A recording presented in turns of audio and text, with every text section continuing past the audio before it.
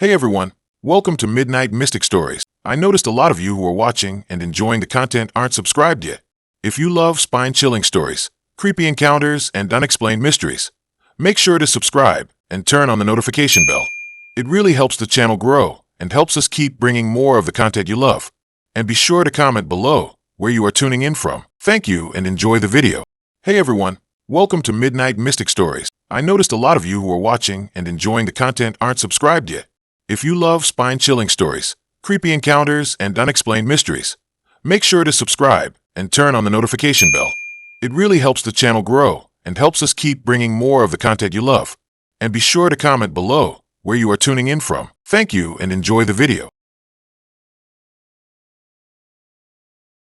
Okay, so, you are not going to believe this. I'm still trying to process it, honestly. I've always been a pretty casual Tinder user. Swipe here, swipe there. Maybe chat with a few people. Go on a date if I'm feeling brave. Nothing serious, just a way to pass the time, meet new people, and maybe find someone cool to hang out with. I never expected anything like this. It all started with a super like. Yeah, one of those. I rarely use them, but I was bored one night, scrolling through profiles, and I saw this guy Liam. He was different. Not like, weird different, but striking. He had this intense gaze in his photos, like he was looking right through the camera, and his bio was just a single line. Looking for someone to share a secret with. Intrigued, and okay, maybe a little bit flattered by the super like. I swiped right. We matched instantly. He messaged me almost immediately. So, you're willing to share a secret? He asked. I played along. Depends on the secret, I replied. And who's sharing first? He laughed, or at least, he sent a haha, and we started chatting. He was charming, witty, and surprisingly insightful. He didn't ask the usual surface-level questions. He wanted to know about my fears, my dreams, my regrets. It was intense, but also captivating. We talked for hours that first night, and then every night after that. We quickly moved off Tinder to texting, and then to phone calls. I found myself looking forward to his messages, his voice. He was unlike anyone I had ever met. He was also incredibly private. He didn't talk much about his job, his family, or his friends. He was a bit of a mystery, which, admittedly, only added to his allure. After about 2 weeks of constant communication, he suggested we meet. I was hesitant. Part of me was worried that he wouldn't live up to my expectations in person. Another part of me was scared of getting hurt. But the biggest part of me was just curious. I agreed. He suggested meeting at a secluded spot, a park a few miles outside of town that I had never heard of. He said it was beautiful, quiet, and perfect for a first date. Looking back, the red flags were practically waving in my face, but I was too caught up in the moment to notice. The day of the date, I was a nervous wreck. I spent hours picking out the perfect outfit, doing my hair and makeup. I wanted to make a good impression, even though I told myself it was just a casual hangout. I drove to the park, following the directions Liam had given me. The road got narrower and bumpier as I got further away from the main highway. The park itself was deserted. Not a single person in sight. It was a beautiful place, with tall trees, a winding stream, and a canopy of leaves overhead. But it also felt isolated. I parked my car and waited, checking my phone every few seconds. Liam was late. After about half an hour, I started to get worried. I texted him, but he didn't reply. I called him, but it went straight to voicemail. I was about to leave when I saw him. He emerged from the trees, walking towards me with a smile on his face. He looked even more striking in person than he did in his photos. He was tall, with piercing blue eyes and a charming smile. "Sorry I'm late," he said, his voice smooth and melodic. I got a little lost. I brushed off my concerns and smiled back. "No problem," I said. I was starting to think I'd been stood up. We started walking, following a path that led deeper into the woods. He told me about his travels, his hobbies, his love of art and music. He was fascinating to listen to. I found myself completely drawn in by his stories. We stopped by the stream, sitting on a fallen log, and talked for what felt like hours. He asked me about my life, my dreams, my fears. I found myself opening up to him in a way that I hadn't opened up to anyone before. It was like he had unlocked something inside of me, a part of myself that I had kept hidden away. As the sun began to set, he turned to me, his eyes filled with an intensity that made my heart race. I have a secret to share with you, he said, his voice barely a whisper. I leaned in, eager to hear what he had to say. I'm not who you think I am, he said. A chill ran down my spine. What do you mean? I asked, my voice trembling slightly. He hesitated for a moment, then reached into his pocket and pulled out a small object. It was a silver locket, intricately carved with symbols that I didn't recognize. He opened the locket, revealing a tiny photograph. It was a picture of me, but it wasn't a recent picture. It was a picture from my childhood, one that I hadn't seen in years. How did you get that? I asked, my voice barely audible. I've been watching you for a long time, he said, his eyes never leaving mine. I know everything about you. My blood ran cold. I tried to stand up, to run away, but he grabbed my arm, his grip surprisingly strong. Don't be scared, he said, his voice now laced with a sinister edge. I'm not going to hurt you. I just want to be with you. I struggled against his grip, but he wouldn't let go. He pulled me closer, his face inches from mine. We're meant to be together, he whispered. I know it. You know it. I was terrified. I didn't know what to do. I screamed, but no one could hear me. We were too far away from everything. He laughed, a cold, chilling sound that echoed through the trees. No one can help you now, he said. He started to kiss me, but I turned my head away. He got angry, his grip tightening on my arm. Don't fight me, he said. It will be so much easier if you just give in. I refused. I kicked him in the leg, hard, and he stumbled backwards. I seized the opportunity and ran. I ran as fast as I could, not knowing where I was going, just trying to get away from him. I could hear him behind me, crashing through the trees, getting closer. I tripped and fell, scraping my knees on the ground. I scrambled to my feet and kept running. Finally, I saw the edge of the park, the road that led back to my car. I ran towards it, adrenaline coursing through my veins. I reached my car, fumbled with the keys, and finally managed to unlock the door. I jumped inside, locked the doors, and started the engine. I drove away as fast as I could, not daring to look back. I didn't stop driving until I reached the city. I went straight to the police station and reported what had happened. They took my statement and promised to investigate, but they didn't seem to take me seriously. They said it was probably just a misunderstanding, a bad day gone wrong. I knew it was more than that. I knew that Liam was dangerous. I haven't heard from him since that night, but I still can't shake the feeling that he's watching me. I deleted Tinder, changed my phone number, and moved to a new apartment, but I still look over my shoulder wherever I go. I still have nightmares about that night in the park. I'll never trust anyone I meet online again. This is the thing. I can't believe it actually happened to me. I will never meet anyone online again. I don't go out by myself anymore, and I'm taking self-defense lessons. And I had to get a therapist. Please be careful with these apps. You won't believe what can happen to you. I still can't even wrap my head around this Tinder experience. It's been almost a year, and I still get a shiver down my spine whenever I think about it. You know how you can meet people online and think you know them, but you really don't? This was that on steroids. I was fresh out of a really messy breakup and figured, hey, why not? Maybe a little casual dating will be good for me. My profile was pretty standard. A couple of decent pictures, a witty bio about loving hiking and hating olives, the usual. I wasn't looking for anything serious, just some fun, you know? Then I matched with him. Liam. He was ridiculously attractive, like model-level attractive. Dark hair, piercing blue eyes, a jawline that could cut glass. His profile was minimal, just a couple of professional-looking photos and the line. Looking for someone to explore the city with. I usually swipe left on guys who seem too good to be true, but something about him was just intriguing. We started chatting, and he was charming, intelligent, and surprisingly down-to-earth. We talked about everything, our favorite movies, our dream travel destinations, our embarrassing childhood stories. He was a great listener, always asking thoughtful questions and genuinely engaging with what I had to say. After a few days of intense texting, he suggested we meet up for coffee. I was hesitant at first. I'm always a little nervous meeting people from online, but he seemed so genuine, and I was honestly excited to meet him in person. Our first date was perfect. We met at a cute little coffee shop downtown, and the conversation flowed effortlessly. He was even more attractive in person, and his energy was infectious. We laughed, we joked, we discovered a million things we had in common. We ended up walking around the city for hours, exploring hidden alleyways, and stumbling upon cool little shops. It felt like something out of a movie.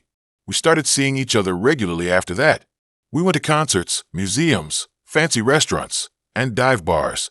He always paid, which, looking back, should have been a red flag. We spent hours talking about our hopes, dreams, and fears. He was incredibly open and vulnerable, which made me feel like I could be too. He told me about his passion for photography, his difficult childhood, and his desire to make a difference in the world. I fell hard, and I fell fast. I know. I should have been more cautious, but he made me feel so safe and comfortable. After about a month of dating, things started to get weird. Subtle things at first. He became increasingly possessive, wanting to know where I was and who I was with at all times. He started showing up unannounced at my apartment, saying he just wanted to surprise me. He would get jealous if I even mentioned other guys, even if they were just friends or co-workers. I tried to brush it off, telling myself that he was just really into me. But the feeling of unease kept growing.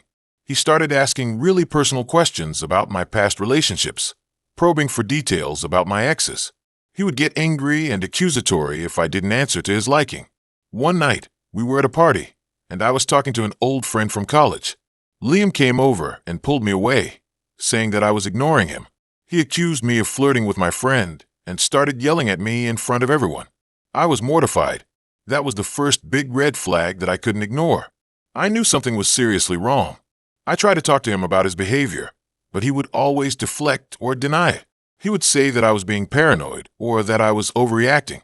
He would apologize profusely, promising to change, but then he would do the same thing again the next day. I started to distance myself from him, making excuses to avoid seeing him. But he wouldn't let me go. He would call and text me constantly, begging me to give him another chance. He would show up at my work, waiting for me outside. It was becoming increasingly suffocating. One day, I got a text from an unknown number. It was a picture of me, taken through my apartment window. The text said, "I'm always watching you." I freaked out.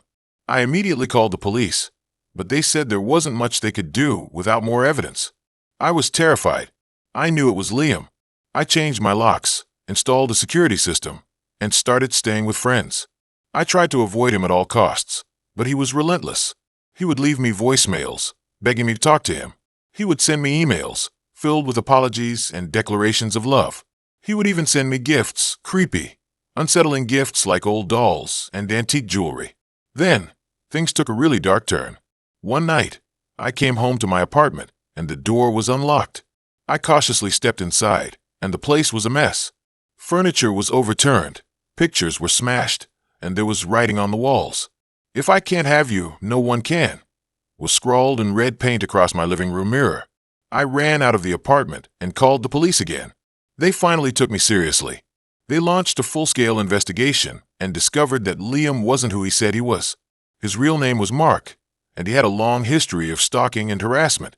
He had been using a fake identity on Tinder, preying on vulnerable women. He had even been arrested before for stalking an ex-girlfriend. The police issued a warrant for his arrest, but he had disappeared. They searched for him for weeks, but they couldn't find him. I was living in constant fear, knowing that he could be anywhere. I couldn't sleep, I couldn't eat, I couldn't function. I was a complete wreck. Finally, after months of searching, the police found him. He had been hiding out in a remote cabin in the woods. When they tried to arrest him, he resisted and was shot. He survived, but he's now in prison, facing a long list of charges. I had to testify against him at his trial, which was incredibly difficult. Reliving those terrifying experiences was traumatizing, but I knew I had to do it, not only for myself, but for all the other women he had hurt. Even now, a year later, I still struggle with the trauma of what happened. I have nightmares, I'm constantly anxious, and I have a hard time trusting people. I'm in therapy, trying to work through everything. I'll probably never use Tinder again, or any dating app for that matter. The whole experience was a wake-up call. I learned that you can never really know someone you meet online, and that it's important to trust your instincts. If something feels off, it probably is. Don't ignore the red flags, no matter how charming or attractive someone may seem. And most importantly, never be afraid to ask for help. I still can't believe this actually happened to me. It feels like something out of a movie, but it was real, and it changed my life forever. I'm sharing my story in the hope that it will help other women stay safe and be aware of the dangers of online dating. Be careful out there, ladies. You never know who's on the other side of that screen. I hope that no one else ever goes through anything close to what I went through. He ruined my life and changed me forever. Hey, listen, I'm not usually one to share stuff like this, especially not online. But after everything that happened, I feel like I have to. Maybe it'll help someone else avoid the same mess I got myself into. This is about Tinder, and it's about how something that started as a way to kill time on my lunch break turned into a full-blown, life-altering cautionary tale. I was going through a rough patch, freshly single, working a dead-end job I hated, and generally feeling like I was stuck in a rut. All my friends were coupled up, buying houses, and posting engagement photos on Instagram. I, on the other hand, was microwaving frozen dinners and binge-watching true crime documentaries alone in my apartment. So yeah, I downloaded Tinder. I figured, why not? Maybe I'd meet someone interesting. Maybe I'd just get a confidence boost from a few matches. I wasn't expecting to find the love of my life, but I wasn't opposed to the idea either. I swiped through a bunch of profiles, made a few matches, and started chatting with a couple of guys. Most of the conversations were pretty standard. What do you do? What are you looking for? Pineapple on pizza, yes or no?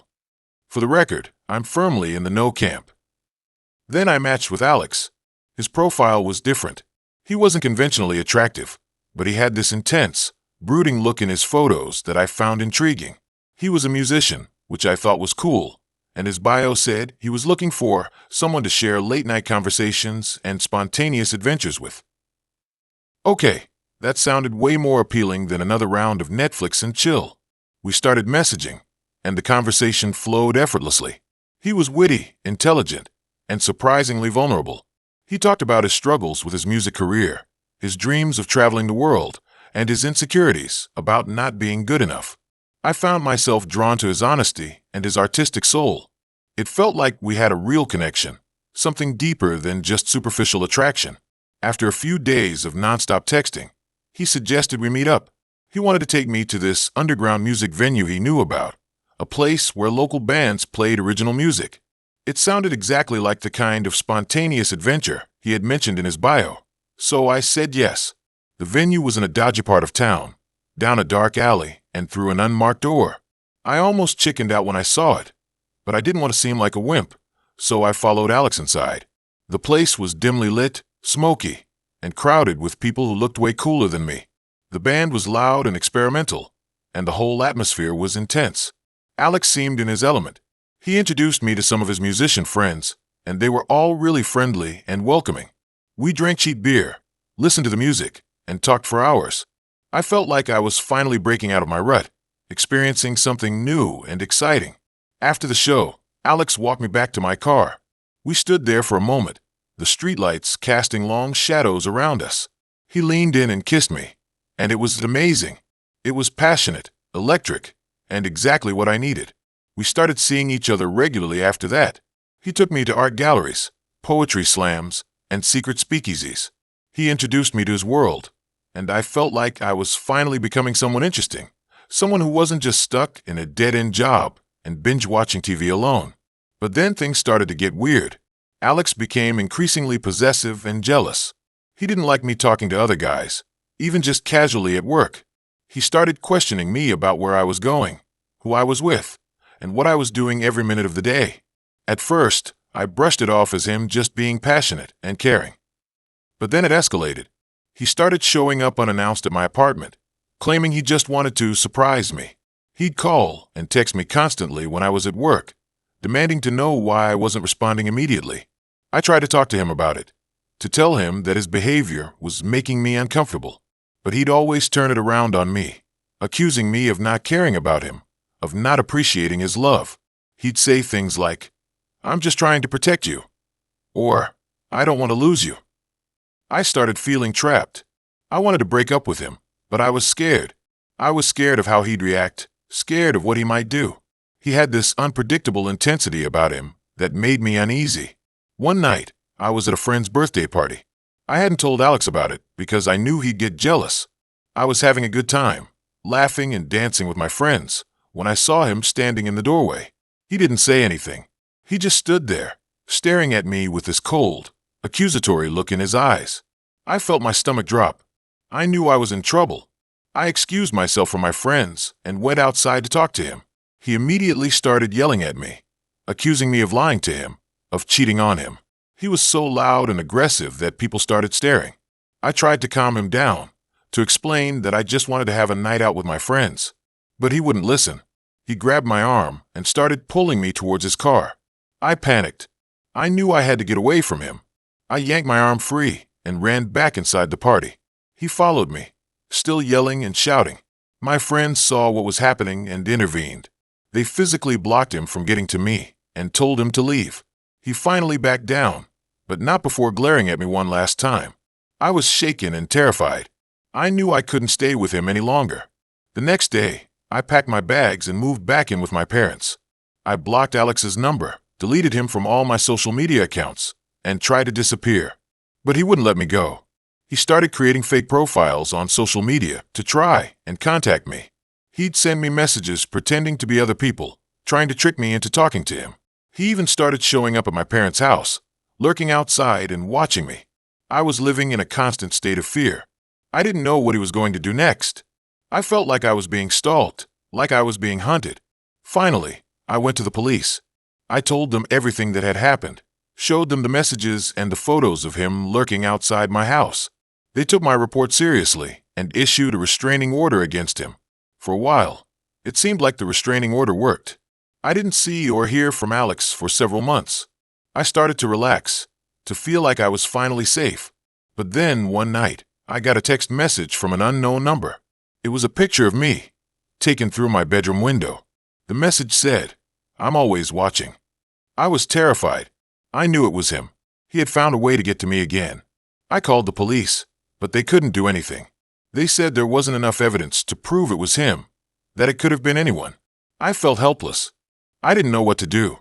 I was trapped in a nightmare, and there was no way out. Then, one day, I got a letter in the mail. It was from Alex. He apologized for everything he had done, said he was sorry for hurting me. He said he still loved me, that he couldn't live without me. He ended the letter by saying, "I'll be waiting for you." I knew what he meant. He wasn't going to stop. He was going to keep stalking me, keep harassing me, until he finally got what he wanted. I decided I couldn't live like that anymore. I had to take matters into my own hands. I hired a private investigator.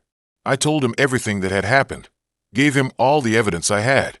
He agreed to help me, to find a way to stop Alex once and for all. The investigator spent weeks tracking Alex, gathering information about his activities. He discovered that Alex had a history of stalking and harassing women, that he had a pattern of obsession and control. He also found out that Alex had been planning to leave the country, to escape the restraining order and start a new life somewhere else. The investigator alerted the police, and they were finally able to arrest Alex. He was charged with stalking, harassment, and violation of the restraining order. He was eventually convicted and sentenced to several years in prison. I was relieved, but I was also scarred. The experience had changed me, had made me more cautious and distrustful. I knew I'd never be able to trust someone completely again. I'm sharing this story as a cautionary tale. Be careful who you meet online. Don't ignore red flags. Trust your gut. And if you ever feel like you're in danger, don't be afraid to ask for help. Tinder can be a fun way to meet new people, but it can also be a dangerous place. Protect yourself. Be smart. And don't let my story happen to you. I never thought this would happen to me, but here I am, sitting in a brightly lit police station, the fluorescent lights buzzing like angry wasps, replaying the last 6 months of my life, like a warped VHS tape. It all started with a swipe right. Just one innocent swipe. I was fresh out of a messy breakup, feeling lonely and a little pathetic. My friends kept telling me to get back out there, so I begrudgingly re-downloaded Tinder. I set my radius to a reasonable distance, uploaded some decent pictures, mostly flattering angles and strategically cropped vacation shots, and wrote a bio that was equal parts witty and self-deprecating. You know the drill. Most of the matches were the usual suspects: gym selfies, guys holding fish, and bios that read like a shopping list of desired qualities. But then I came across Liam. His profile was different. No shirtless photos, no cliches. Just a few candid shots of him hiking, playing guitar, and one of him volunteering at an animal shelter. His bio was simple: looking for someone to share adventures with. I swiped right without hesitation. We matched instantly. Our conversation started slow and steady. We talked about our favorite books, movies, and music. We discovered we both loved obscure indie bands and had a shared passion for hiking. He seemed genuine, intelligent, and kind. Everything I was looking for. After a week of chatting, we decided to meet for coffee. He suggested a small, independent cafe downtown. I was nervous, but excited. When I saw him waiting outside, I felt a sense of relief wash over me. He looked even better in person. He had kind eyes, a warm smile, and an easygoing demeanor that instantly put me at ease. The date went perfectly. We talked for hours, laughing and sharing stories. There were no awkward silences, no forced conversations. It felt like we had known each other for years. At the end of the night, he walked me back to my car and kissed me goodnight. It was a perfect first date. Over the next few weeks, Liam and I became inseparable. We went on hikes, saw movies, cooked dinners together, and spent hours talking about everything and nothing. He was attentive, thoughtful, and always made me feel special. I was falling hard and fast. He started staying over at my apartment more and more often. Eventually, he practically moved in. I didn't mind. I loved having him around. He was my best friend and my lover. I thought I had finally found my person. That's when things started to get weird. It started subtly. Little things that I initially brushed off as coincidences or quirks. He started asking a lot of questions about my past, specifically about my previous relationships. He wanted to know every detail: how they ended, what went wrong, how I felt about them now. At first, I thought it was just him being curious and wanting to get to know me better. But the questions became more frequent and more intense. He would probe for details, pressing me for answers even when I was clearly uncomfortable. Then, he started getting possessive. He didn't like it when I went out with my friends without him. He would constantly text me when I was at work, demanding to know who I was with and what I was doing. He started accusing me of flirting with other men, even when I was just talking to a waiter or a coworker. I tried to talk to him about it, but he would always dismiss my concerns. He said he was just worried about me and that he didn't want to lose me. He would apologize and promise to do better, but the behavior never changed. The gaslighting was subtle at first, but it grew with each passing week.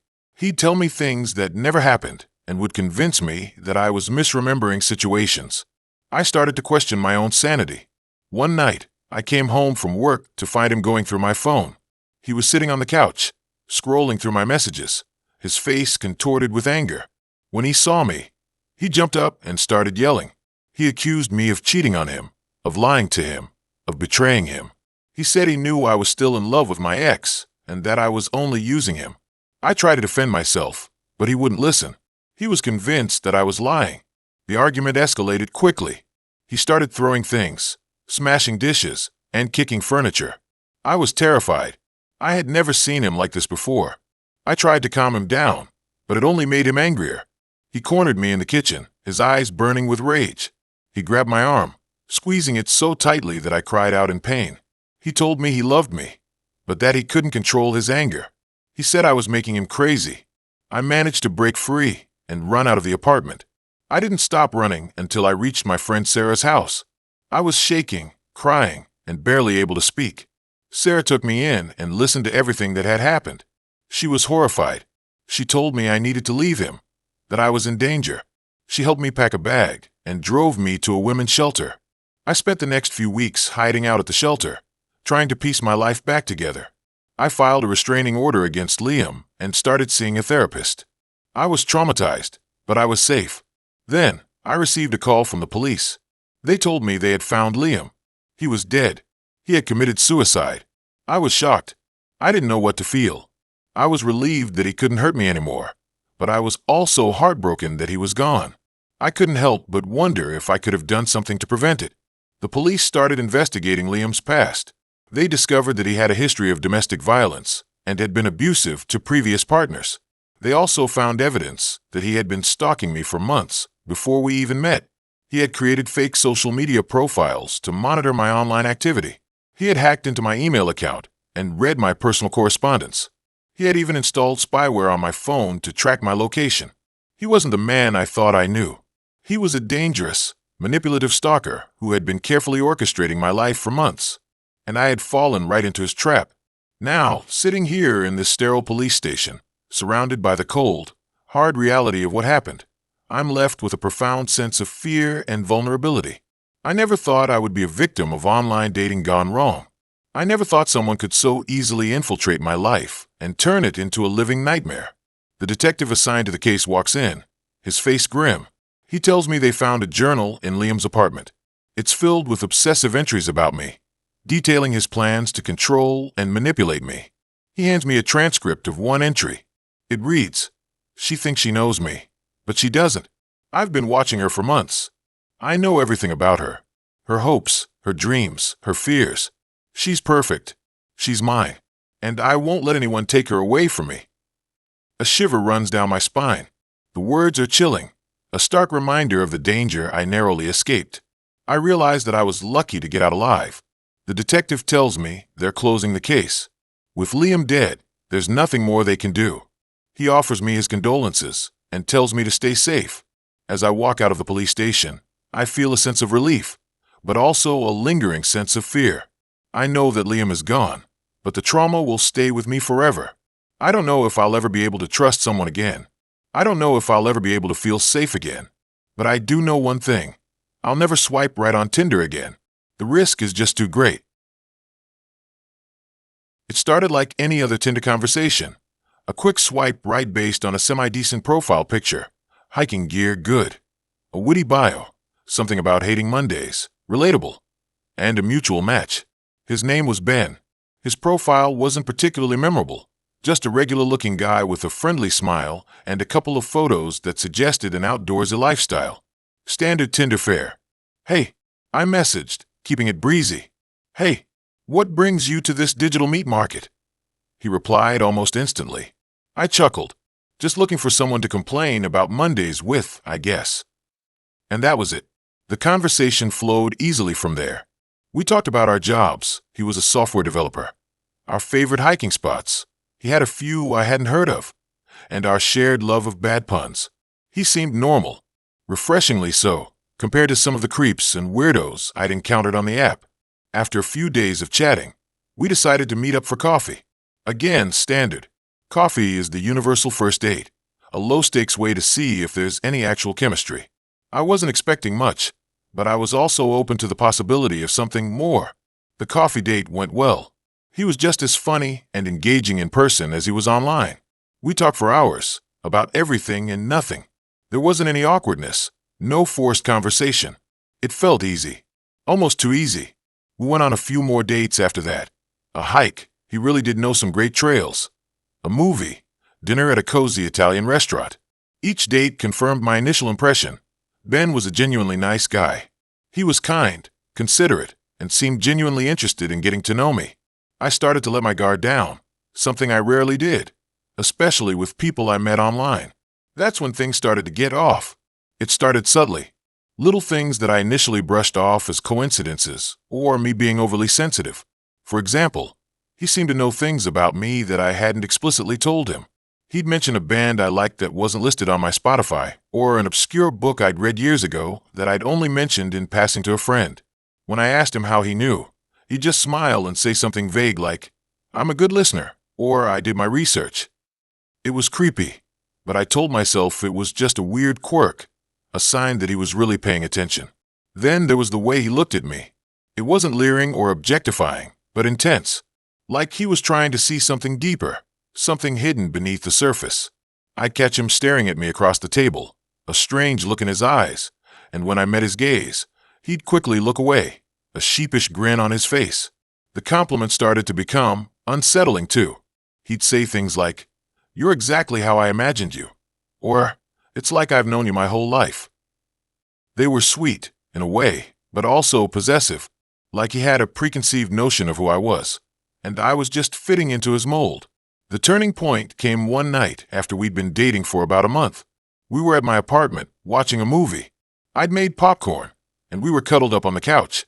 It was a normal, cozy night. During a lull in the movie, he turned to me, his eyes unusually intense. "Do you ever feel like you're being watched?" he asked, his voice low. I laughed nervously. Sometimes. Doesn't everyone? No, I mean really watched. Like someone is always there, just out of sight, observing you. I shrugged. I guess I'm not that interesting. Who would want to watch me? He reached out and took my hand, his grip surprisingly tight. I would, he said, his voice barely a whisper. I do. A chill ran down my spine. What do you mean? He didn't answer, just continued to stare at me, his eyes unblinking. The silence stretched on, thick and suffocating. Finally, I pulled my hand away. I think I'm going to go to bed, I said, my voice shaking slightly. He didn't try to stop me.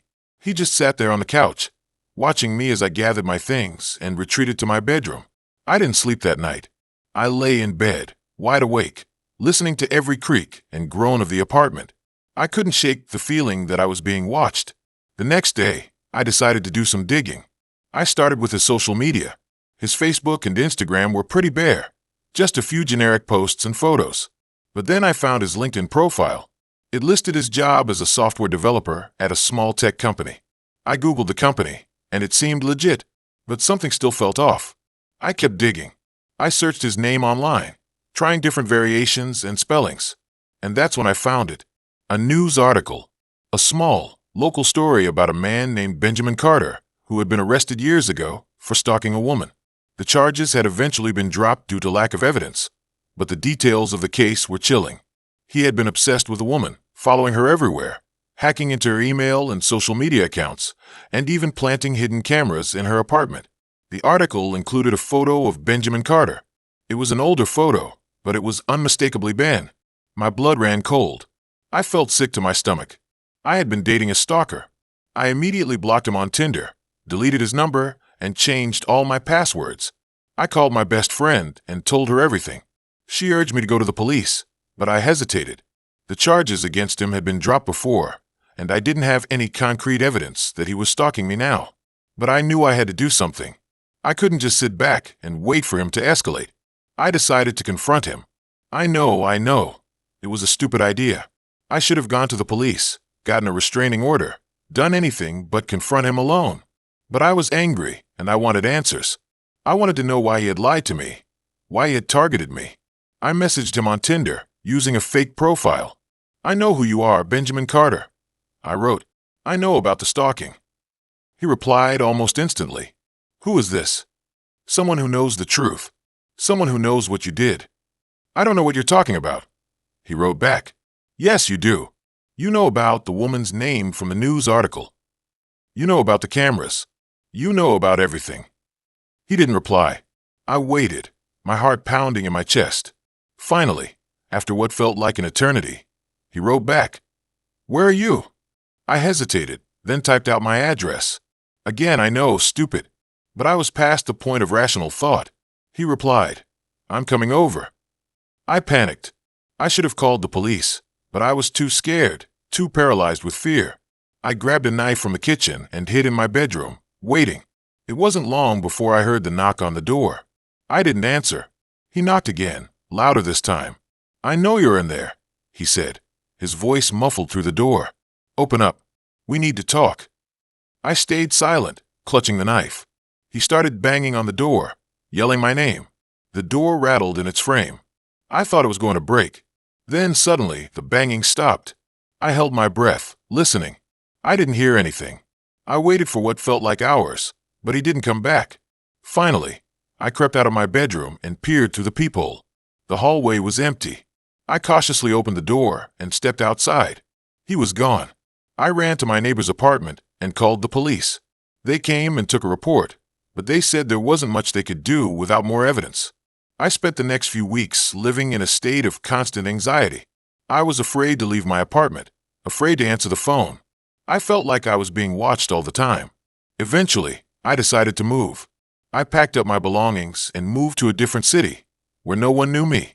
I changed my name, got a new phone number, and started a new life. I haven't heard from Ben since that night, but I still think about him. I still have nightmares about him, and I still check my locks 3 times before going to bed.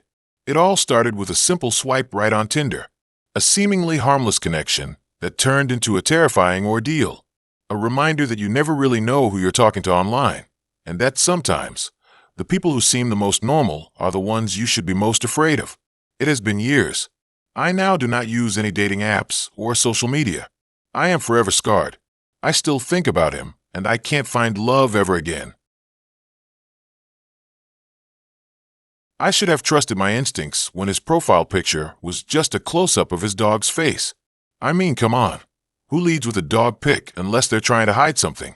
But like an idiot, I swiped right anyway. Maybe I was lonely. Maybe I was bored. Maybe I just really liked dogs. Whatever the reason, it was a decision I'd come to regret more than almost any other in my short, mistake-ridden life. His name was Ben, and when he finally did show his face, after about a week of dog-centric conversations, he was, well, underwhelming. Not ugly exactly, but just bland. Brown hair, brown eyes, a vaguely receding hairline that he tried to disguise with a carefully styled comb-over. He looked like the kind of guy who peaked in high school and now spent his weekends reliving the glory days with his equally bland buddies. But he was charming, I'll give him that. He had this way of making me feel like I was the most interesting person in the world, hanging on every word I said, laughing at all my jokes, even the ones that weren't funny. It was intoxicating, especially after a string of dating app disasters, where I felt like I was constantly competing for attention. We talked for hours that first night, mostly about surface-level stuff, our jobs, our hobbies, our favorite movies. He worked in IT, which was about as exciting as it sounded, but he claimed to be a huge cinephile, rattling off obscure film titles that I'd never heard of. I was impressed, even though I suspected he was just trying to show off. We made plans to meet up a few days later. He suggested a dive bar near my apartment, the kind of place where the beer was cheap and the atmosphere was sticky. I wasn't thrilled with the location, but I figured it was just a first date, and I didn't want to seem high maintenance. The bar was exactly as I expected, dimly lit, filled with the smell of stale beer and regret, and populated by a cast of characters who looked like they'd been there since opening day. Ben was already there when I arrived, nursing a pint of something that looked suspiciously like dishwater. He stood up when he saw me, gave me a quick hug, and ushered me to a booth in the back. The conversation flowed easily at first, picking up where we left off online. He asked about my day, my work, my hopes and dreams. I found myself opening up to him in a way that I hadn't with anyone else in a long time. But then the questions started getting weird. He asked about my family, my childhood, my past relationships. Not in a casual, getting-to-know-you way, but in a probing, almost interrogative manner. He wanted to know about my parents' marriage, my siblings' careers, the reasons why my previous relationships had failed. It felt invasive, like he was trying to dig up dirt or uncover some hidden trauma. I tried to steer the conversation back to lighter topics, but he was relentless. He kept circling back to the same questions, pressing me for details, analyzing my responses. It was exhausting and unsettling. And then he started talking about himself. He told me about his ex-girlfriend, Sarah, who he claimed had ruined his life. She was manipulative, he said, selfish, and emotionally abusive. He painted her as a monster, a heartless vixen who had taken advantage of his good nature and left him a broken man. I felt a pang of sympathy for him, but something about his story didn't quite ring true. He seemed almost too eager to portray himself as the victim, too quick to demonize his ex. It felt like he was trying to manipulate me, to elicit my sympathy and gain my trust. As the night wore on, his behavior became increasingly erratic. He alternated between being charming and attentive and being withdrawn and brooding. He'd laugh and joke one minute, then stare blankly into his beer the next. It was like he was two different people. I started to feel uncomfortable, trapped. I wanted to leave, but I didn't want to be rude. I kept telling myself it was just a first date, that maybe he was just nervous, that I was overreacting. But my instincts were screaming at me to get out of there. Finally, I couldn't take it anymore. I told him I had to go home, that I had an early start the next day. He seemed disappointed, but he didn't try to stop me. He walked me to my car, gave me another awkward hug, and told me he'd text me. I drove home as fast as I could, locked my doors, and curled up in bed, feeling a sense of relief wash over me. I thought I was safe, that the nightmare was over, but I was wrong. The next morning, I woke up to a barrage of text messages from Ben. They started out sweet and apologetic, saying he was sorry if he had been weird the night before, that he really liked me and wanted to see me again. But as the day went on, the messages became more intense, more desperate. He started asking where I was, who I was with, what I was doing. He accused me of ignoring him, of playing games, of being just like Sarah. I tried to ignore him, to block his number, but he kept finding ways to contact me. He created new profiles on Tinder, messaged me on Instagram, even emailed me at work. It was relentless. I was terrified. I realized that I had made a mistake, a huge mistake. I had let this man into my life, and now he wouldn't leave me alone. I started to see him everywhere. I'd catch glimpses of him on the street, in the grocery store, even outside my apartment building. I couldn't be sure it was him, but I felt like I was being watched. I was afraid to go out, afraid to be alone. I felt like I was living in a horror movie, waiting for the moment when the monster would finally reveal himself. I went to the police, but they said there was nothing they could do. He hadn't threatened me, hadn't physically harmed me. He was just being annoying, they said, a lovesick puppy who needed to be told to go away. They advised me to block him on all social media platforms and to avoid contact with him at all costs. They said that if he escalated, if he made any threats, I should call them immediately. But I knew that wasn't enough. I knew that he wouldn't stop, that he was obsessed with me, that he was capable of anything. I decided to take matters into my own hands. I started researching stalking laws, learning about the legal options available to me. I documented every interaction I had with Ben, every text message, every email, every sighting. I installed security cameras in my apartment, changed my locks, and started carrying pepper spray. I took self-defense classes, learned how to fight back if he ever tried to hurt me. I became paranoid, vigilant, constantly looking over my shoulder. I felt like I was living in a prison of my own making. But I refused to be a victim. I refused to let him control my life. Finally, after months of stalking and harassment, I had enough evidence to file a restraining order against him. The court granted my request, ordering him to stay away from me, my home, and my workplace.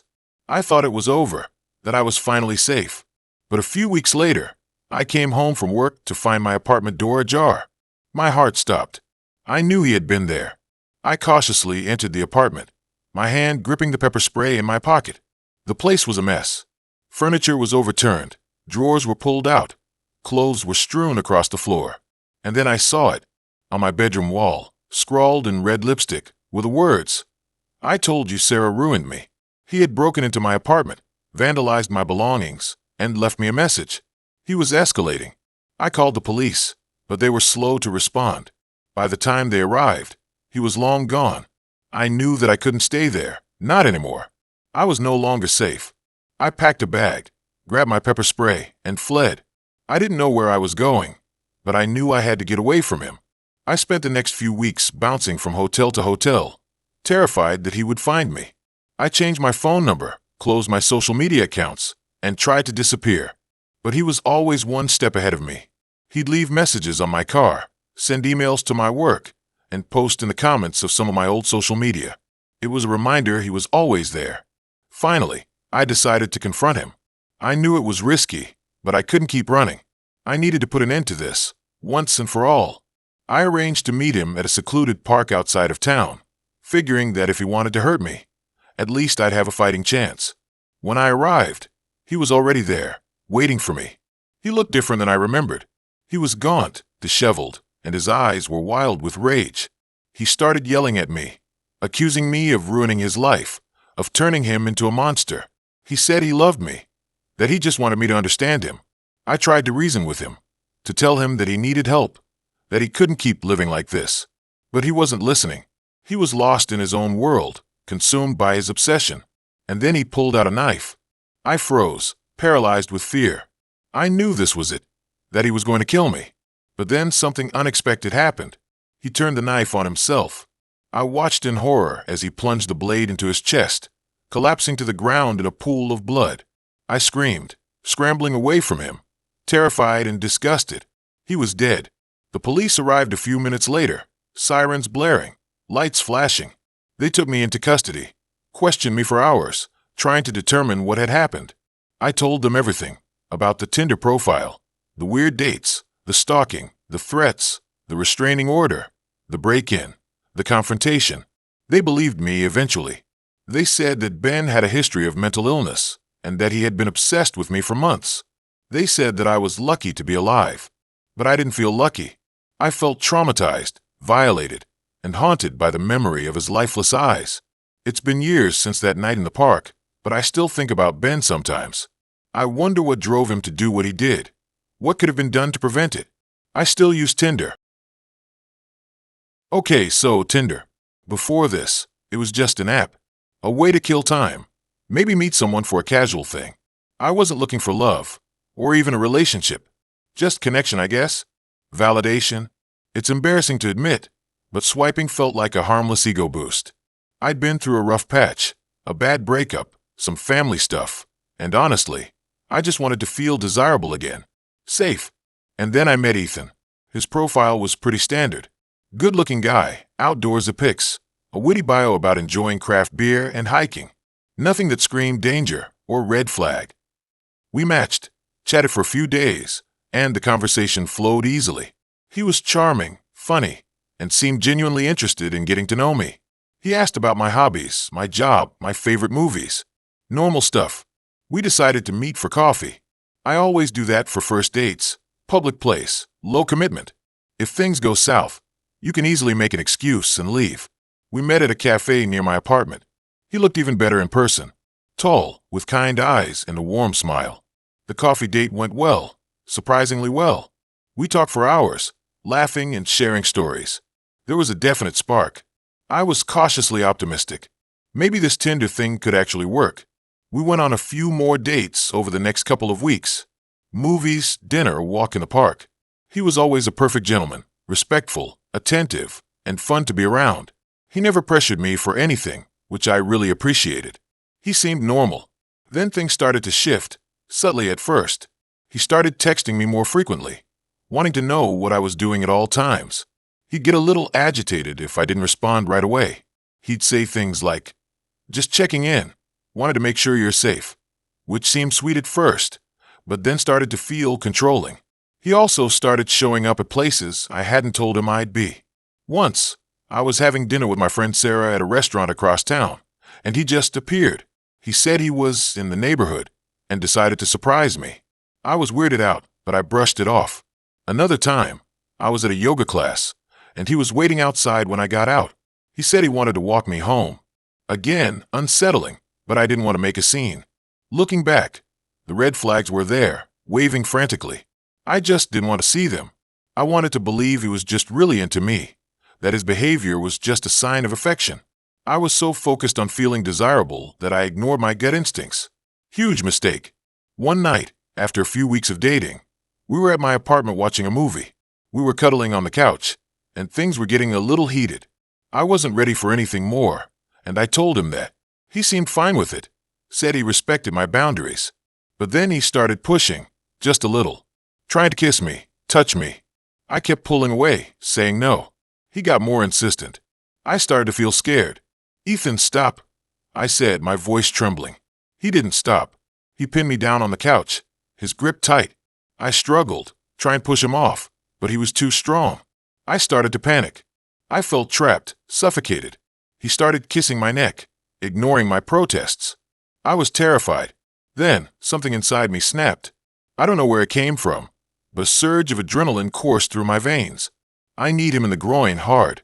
He doubled over in pain, giving me the chance to scramble off the couch and run to the bedroom. I locked the door behind me and grabbed my phone. He started pounding on the door, yelling my name. "Let me in." I didn't mean to. I just want to talk. I didn't answer. I was shaking so badly I could barely dial 911. The dispatcher answered, and I frantically explained what was happening. I gave her my address and begged her to send help. While I was on the phone, he started kicking the door. It was an old, flimsy door, and I could feel it shaking with each blow. I was terrified he was going to break through. I huddled in the corner of the room, clutching my phone, waiting for the police to arrive. Finally, I heard sirens in the distance. He stopped kicking the door. I heard him running down the stairs and out of the apartment. The police arrived a few minutes later. They searched the apartment, took my statement, and assured me I was safe.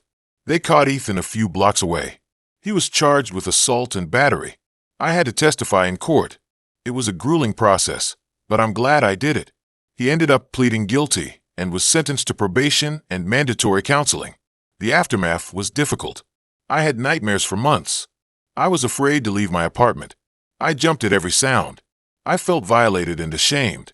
I blamed myself for what happened. I thought I should have seen the red flags sooner, that I should have been more careful. It took a long time, but eventually, I started to heal.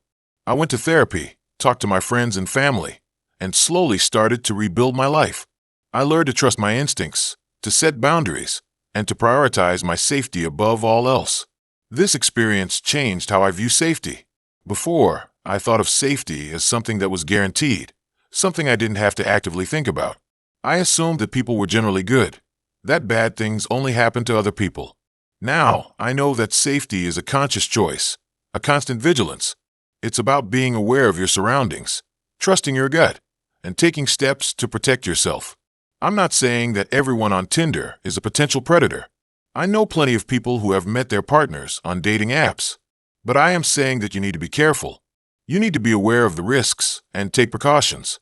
Don't ignore red flags. Don't be afraid to say no. And always trust your gut.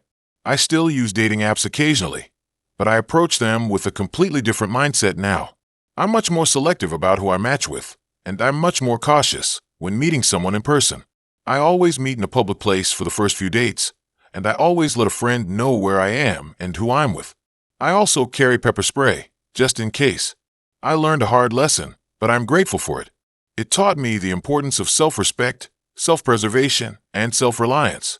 It taught me that I am responsible for my own safety, and that I have the power to protect myself. And it taught me that even in the darkest of times, there is always hope for healing and recovery. It's not easy, but possible. If I hadn't trusted my instincts that day, I might not be here to tell this story. And honestly, even now, years later, I still replay it in my head, wondering about the what-ifs and the alternate realities that could have unfolded. It all started, innocently enough, on Tinder. Back then, I was freshly divorced, navigating the messy waters of singledom after a decade of marriage. Tinder seemed like a low-pressure way to dip my toes back in the dating pool. Swiping, chatting, maybe grabbing a drink. Simple enough, right?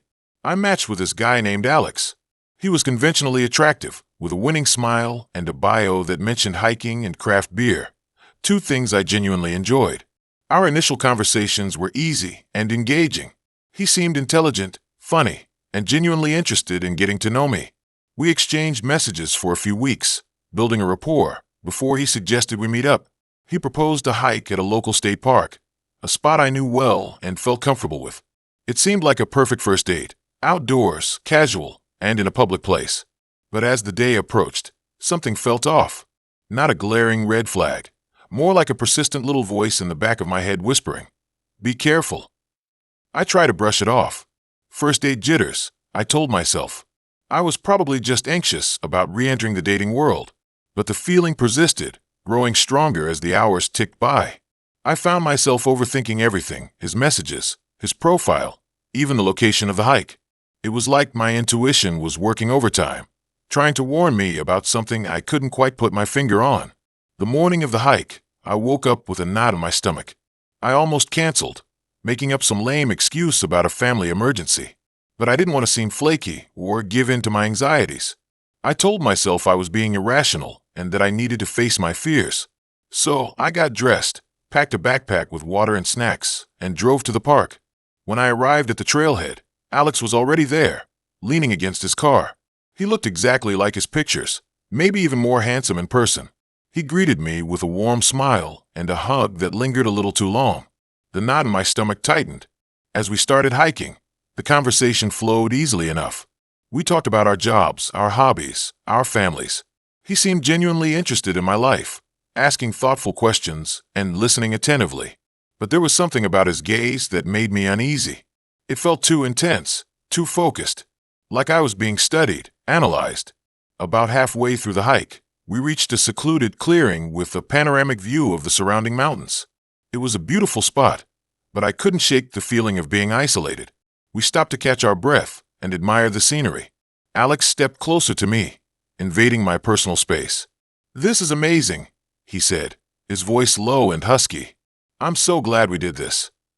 He reached out and gently brushed a strand of hair from my face. It was a seemingly innocent gesture, but it sent a jolt of alarm through my system. I instinctively recoiled, taking a step back. "Yeah, it's beautiful," I said, trying to sound casual. "But I think we should probably start heading back. It's getting late." He chuckled, a low, unsettling sound. "Why the rush? We're just getting started." He took another step closer, blocking my path. My heart started pounding in my chest. This was it. This was the moment my instincts had been warning me about. I knew, with absolute certainty, that something was wrong. "I really need to go," I said, my voice trembling slightly. "I have something I need to take care of." "Come on," he said, his smile fading. "Don't be like that. We're having a good time, aren't we?" He reached for my hand, but I pulled it away. "No, we're not," I said, my voice growing stronger. "I'm not comfortable with this. I want to go home." His eyes narrowed, and his expression turned cold. "You're being difficult," he said, his voice hardening. "I don't like it when people are difficult." That was the moment I knew I had to get out of there. I didn't care about being polite or avoiding a confrontation. My safety was the only thing that mattered. "I'm leaving," I said, turning to walk back down the trail. He grabbed my arm, his grip tight. "You're not going anywhere," he said, his voice menacing. I yanked my arm away and started running, adrenaline coursing through my veins. I didn't look back, didn't stop until I reached the trailhead and saw my car in the parking lot. I fumbled with the keys, unlocking the door and jumping inside, locking it behind me. I started the engine and sped out of the park, tears streaming down my face. I didn't stop until I reached the nearest police station. I reported the incident, telling them everything that had happened. They took my statement and promised to investigate. I never heard from Alex again. The police couldn't find any evidence to charge him with anything, but they did issue a warning. I changed my phone number, deleted my Tinder account, and avoided hiking alone for a long time. Looking back, I'm convinced that my instincts saved me that day. If I had ignored that persistent little voice in my head, if I had trusted Alex's charm and disregarded my own unease, I don't know what might have happened. I could have become another statistic, another missing person. I often wonder what would have happened if I hadn't trusted my gut. What if I had stayed in that clearing, trying to be polite, trying to avoid a scene? What if I hadn't been able to run away? The thought sends shivers down my spine. The experience taught me a valuable lesson about trusting my intuition and prioritizing my safety, especially when meeting people online. It also made me realize that it's okay to be difficult, if it means protecting myself from harm. I still use dating apps occasionally, but I'm much more cautious now. I do extensive research on potential dates, meet in public places, and always let a friend know where I am. I also listen to my instincts, no matter how irrational they may seem. If I hadn't trusted my instincts that day, my life could have taken a very different turn. I'm grateful that I listened to that little voice in my head, even though it was scary and uncomfortable. It may have saved my life. Now, when I feel that feeling, I immediately end communication. I do not have to make an excuse. I do not need to reply. I need to ensure I am safe and my family and loved ones are aware of my whereabouts. It's a chilling reminder that not everyone online is who they seem to be, and that sometimes the most dangerous threats come disguised as charming smiles and shared interests. Buckle up, because this Tinder story is a ride, the kind of ride that leaves you questioning your sanity and rethinking every swipe you've ever made. I was fresh out of a long-term relationship, feeling that classic mix of freedom and utter loneliness, and Tinder seemed like the perfect solution.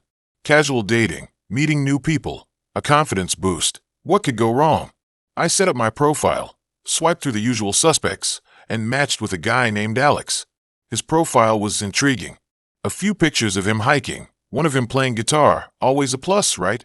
And a bio that said something about being an old soul searching for connection in a digital world. A little cheesy, maybe, but hey, who am I to judge? We started chatting, and he seemed genuinely nice. Smart, funny, and surprisingly good at holding a conversation. We talked about everything from our favorite books to our biggest fears. He even remembered small details I'd mentioned days before, which was a refreshing change from the usual Tinder surface-level interactions. After a week of chatting, we decided to meet up for coffee. He suggested a small, independent cafe near my apartment. When I walked in, I spotted him immediately. He looked exactly like his pictures, maybe even a little better in person. We talked for hours that day. The conversation flowed effortlessly, and I felt a connection with him that I hadn't felt with anyone in a long time. It was one of those dates where you lose track of time and suddenly realize it's dark outside. We ended the night with a hug, and I went home feeling hopeful. Maybe this Tinder thing wasn't so bad after all. We went on a few more dates over the next couple of weeks. A movie, a concert, a picnic in the park. Each time, I felt myself falling for him a little more. He was attentive, thoughtful, and seemed genuinely interested in getting to know me. He even introduced me to some of his friends, who were all really cool and welcoming. Everything seemed too good to be true. And that's when the little things started happening. It started subtly. Alex would show up at places I hadn't told him I was going.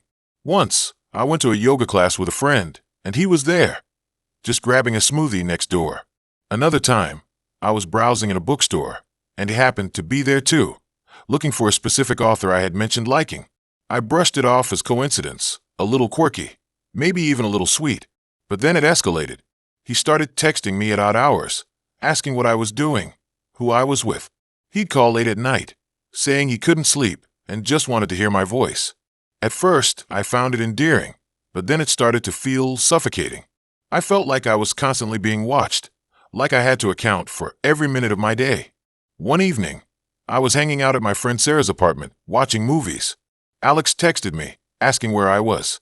I told him I was at home, relaxing. A few minutes later, he texted again saying, "That's funny. I thought I saw your car parked down the street from Sarah's." My blood ran cold. How did he know I was at Sarah's? I hadn't told him. I quickly made an excuse and left, feeling a wave of panic wash over me. I confronted him about it the next day.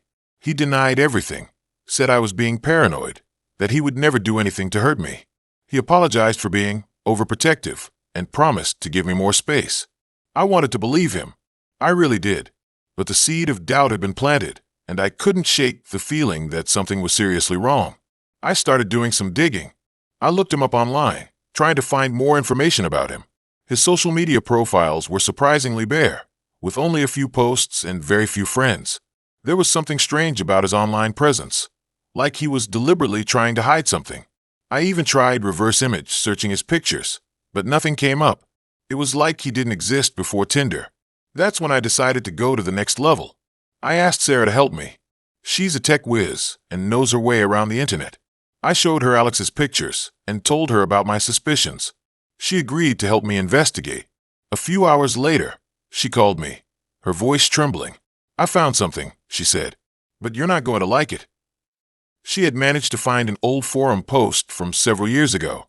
The post was about a man named Alex who had been accused of stalking and harassing several women. The details in the post matched my Alex perfectly: his name, his age, his appearance. The women in the post described similar experiences: the constant texting, the showing up unannounced, the feeling of being watched. Some of them even claimed that he had broken into their homes. I felt sick to my stomach. I had been dating a stalker, and not just any stalker, but someone who had a history of harassing women. I immediately blocked his number and deleted him from all my social media accounts. I changed my passwords, set up two-factor authentication, and made sure all my privacy settings were locked down. I felt violated and terrified. But that wasn't the end of it. The next day, I found a note on my car windshield. It was a single sentence, written in shaky handwriting. "I know you're looking for me." I reported it to the police, but they said there was nothing they could do without more evidence.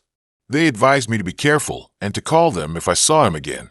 I spent the next few weeks living in a state of constant fear. I jumped at every shadow, flinched at every phone call.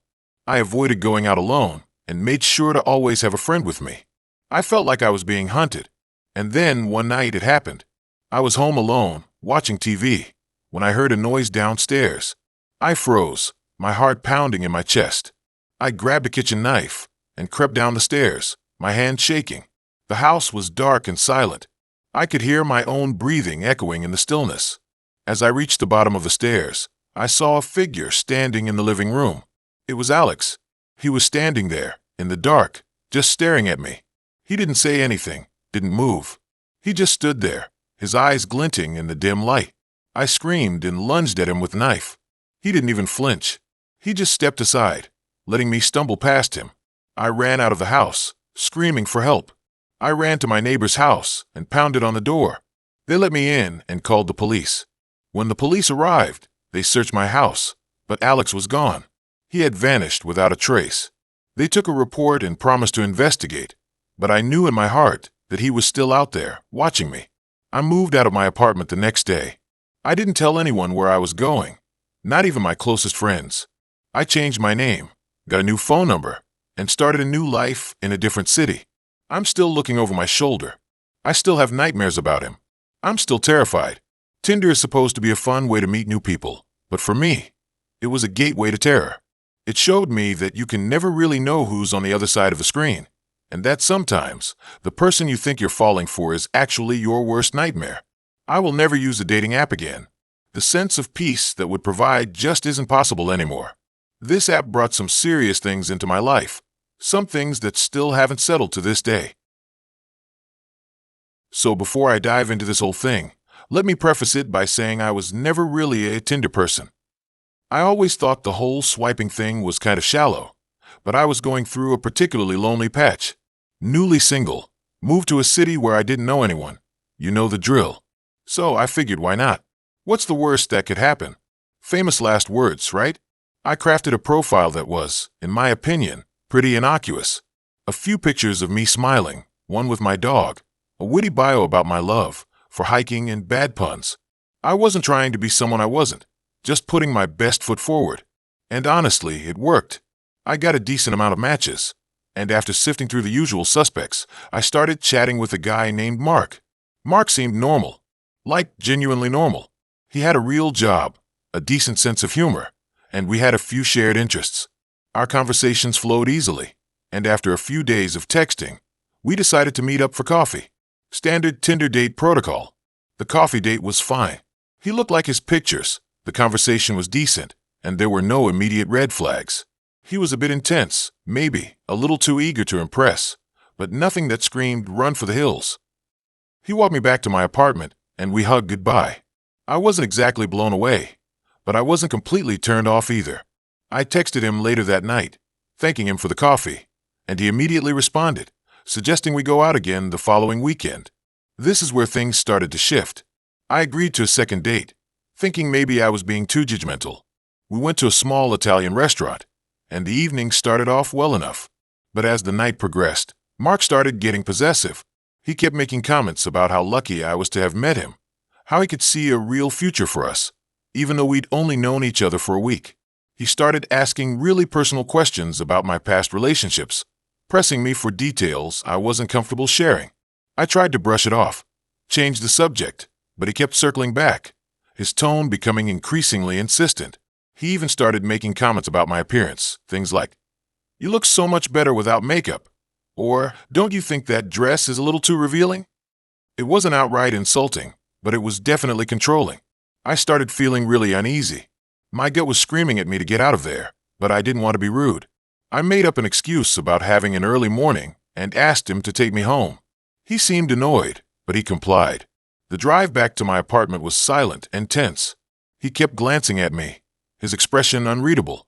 When we pulled up to my building, he didn't say anything, just sat there staring. I thanked him for the dinner and quickly got out of the car. As I was walking away, he called out my name. "I had a really great time," he said, his voice too loud. "I'll call you tomorrow." I forced a smile and mumbled something about being busy, then hurried inside. I locked the door behind me and leaned against it, taking a deep breath. I knew I wasn't going to see him again. I texted him the next day, politely telling him that I didn't think we were a good match. He responded instantly, bombarding me with messages. He accused me of leading him on, of being shallow, of not giving him a chance. He said he knew I was just playing hard to get, that I secretly wanted him. I blocked his number.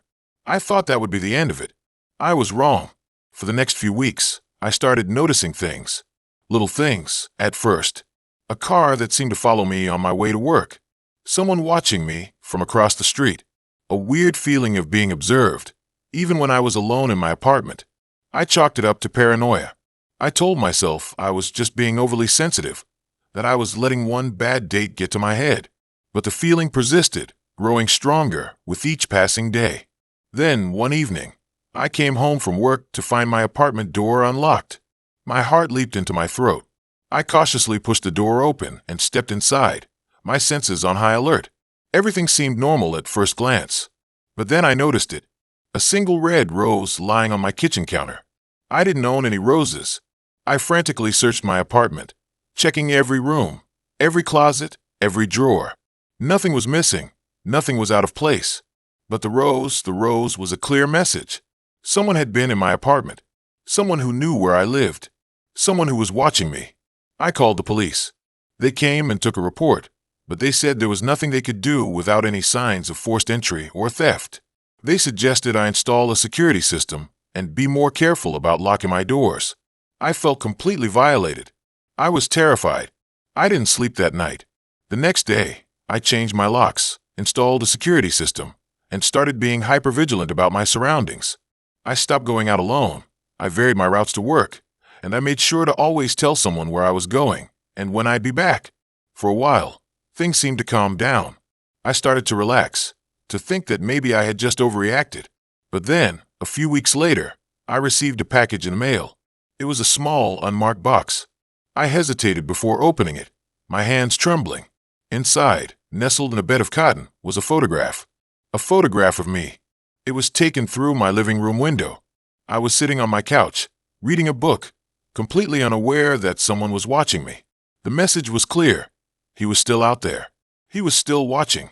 I went back to the police, showed them the photograph. They took it as evidence, but they still couldn't do anything without more concrete proof. They said they would increase patrols in my neighborhood, but that was all they could offer. I felt completely helpless. I was living in a constant state of fear, knowing that someone was stalking me, invading my privacy, and there was nothing I could do to stop them. I ended up moving. I packed up my life and moved to a different city, a different state, starting over from scratch. I changed my name, deleted all my social media accounts, and cut off contact with everyone I knew. I essentially disappeared. It's been years since that happened, and I still live with the fear. I'm always looking over my shoulder, always wondering if he's still out there, still watching. This experience completely changed how I view safety. Before, I was naive, trusting, believing that bad things only happen to other people. Now, I know that danger can come from anywhere, even from something as seemingly harmless as a Tinder date. I learned that trusting your gut is crucial. If something feels wrong, it probably is. Don't ignore those red flags, no matter how small they may seem. I also learned the importance of being proactive about your own safety. Install security systems, tell people where you're going, and be aware of your surroundings. It's not paranoia, it's self-preservation. And most importantly, I learned that sometimes the scariest monsters aren't the ones hiding in the shadows, but the ones who look perfectly normal, the ones you invite into your life willingly, the ones you meet on Tinder. I haven't used the app since, or any dating app for that matter. It's not worth the risk. I see people on dates now. I hope they have protection and stay safe. I wouldn't want what happened to me to happen to anyone else. It wasn't a pleasant experience. Dating apps are dangerous in my opinion. This is why I avoid them now. If I hadn't trusted my instincts that day, I might not be here to write this. That's not hyperbole. It's the terrifying truth I've come to accept after nearly 2 years of therapy and a lot of sleepless nights. It all started like any other Tinder match. A cute guy, decent profile, seemingly normal conversations. His name was Liam, and he was a graphic designer, or so he said. We chatted for a few days, mostly about our favorite movies and music. He was witty and engaging, and honestly, I was looking for a distraction. I had just gone through a rough breakup, and the idea of a casual fling was appealing. We made plans to meet for coffee on a Saturday afternoon. He suggested a cafe a little outside of town, which I thought was odd, but he explained that it was his favorite place, and the coffee was amazing. I looked it up, and it had good reviews, so I brushed aside my initial hesitation. The day of the date, I got ready with a mix of excitement and nerves. I put on my favorite jeans and a cute top, trying to strike the right balance between casual and attractive. As I was about to leave, I had this sudden, overwhelming feeling that something was wrong. My gut was screaming at me to cancel, to stay home, to do anything but go on that date. But I ignored it. I told myself I was being paranoid, that I needed to get out of the house and stop dwelling on my ex. The cafe was even more secluded than I had imagined. It was tucked away on a quiet street, surrounded by trees. It wasn't necessarily creepy, but it definitely had an isolated vibe. When I walked in, Liam was already there, sitting at a table in the corner. He stood up when he saw me and gave me a warm smile. He was even more attractive in person, with piercing blue eyes and a charming demeanor. We ordered our coffee, and the conversation flowed easily. He was funny and attentive, and I started to relax. Maybe I was just being overly cautious, I thought. Maybe this was actually going to be a good date. But then, things started to get weird. He started asking me personal questions, probing into my past relationships, my family, my living situation. It wasn't just innocent curiosity. It felt like he was trying to gather information, to piece something together. I tried to steer the conversation to lighter topics, but he kept bringing it back to my personal life. Then, he asked me about my apartment. He wanted to know where it was located, what kind of security it had, if I lived alone. I started to feel uneasy again. I gave him vague answers, trying not to reveal too much. He didn't seem to notice my reluctance, or maybe he just didn't care. As we were finishing our coffee, he suggested we go for a walk in the woods behind the cafe. He said there was a beautiful trail, and it would be a nice way to spend the afternoon. This time, my instincts were screaming at me. I knew I shouldn't go, but I didn't want to seem rude. I made up an excuse, saying I had another appointment I needed to get to. He seemed disappointed, but didn't push it. We said our goodbyes, and I practically ran out of the cafe. As I drove away, I couldn't shake the feeling that I had just dodged a bullet. I decided to do some more research on Liam. I started with a simple Google search, but nothing came up. No social media profiles, no professional websites, nothing. It was like he didn't exist. That's when I got really scared. I went back to Tinder and tried to find his profile, but it was gone. He had unmatched me. I felt like I was in a bad movie. I spent the rest of the day locked in my apartment, jumping at every sound.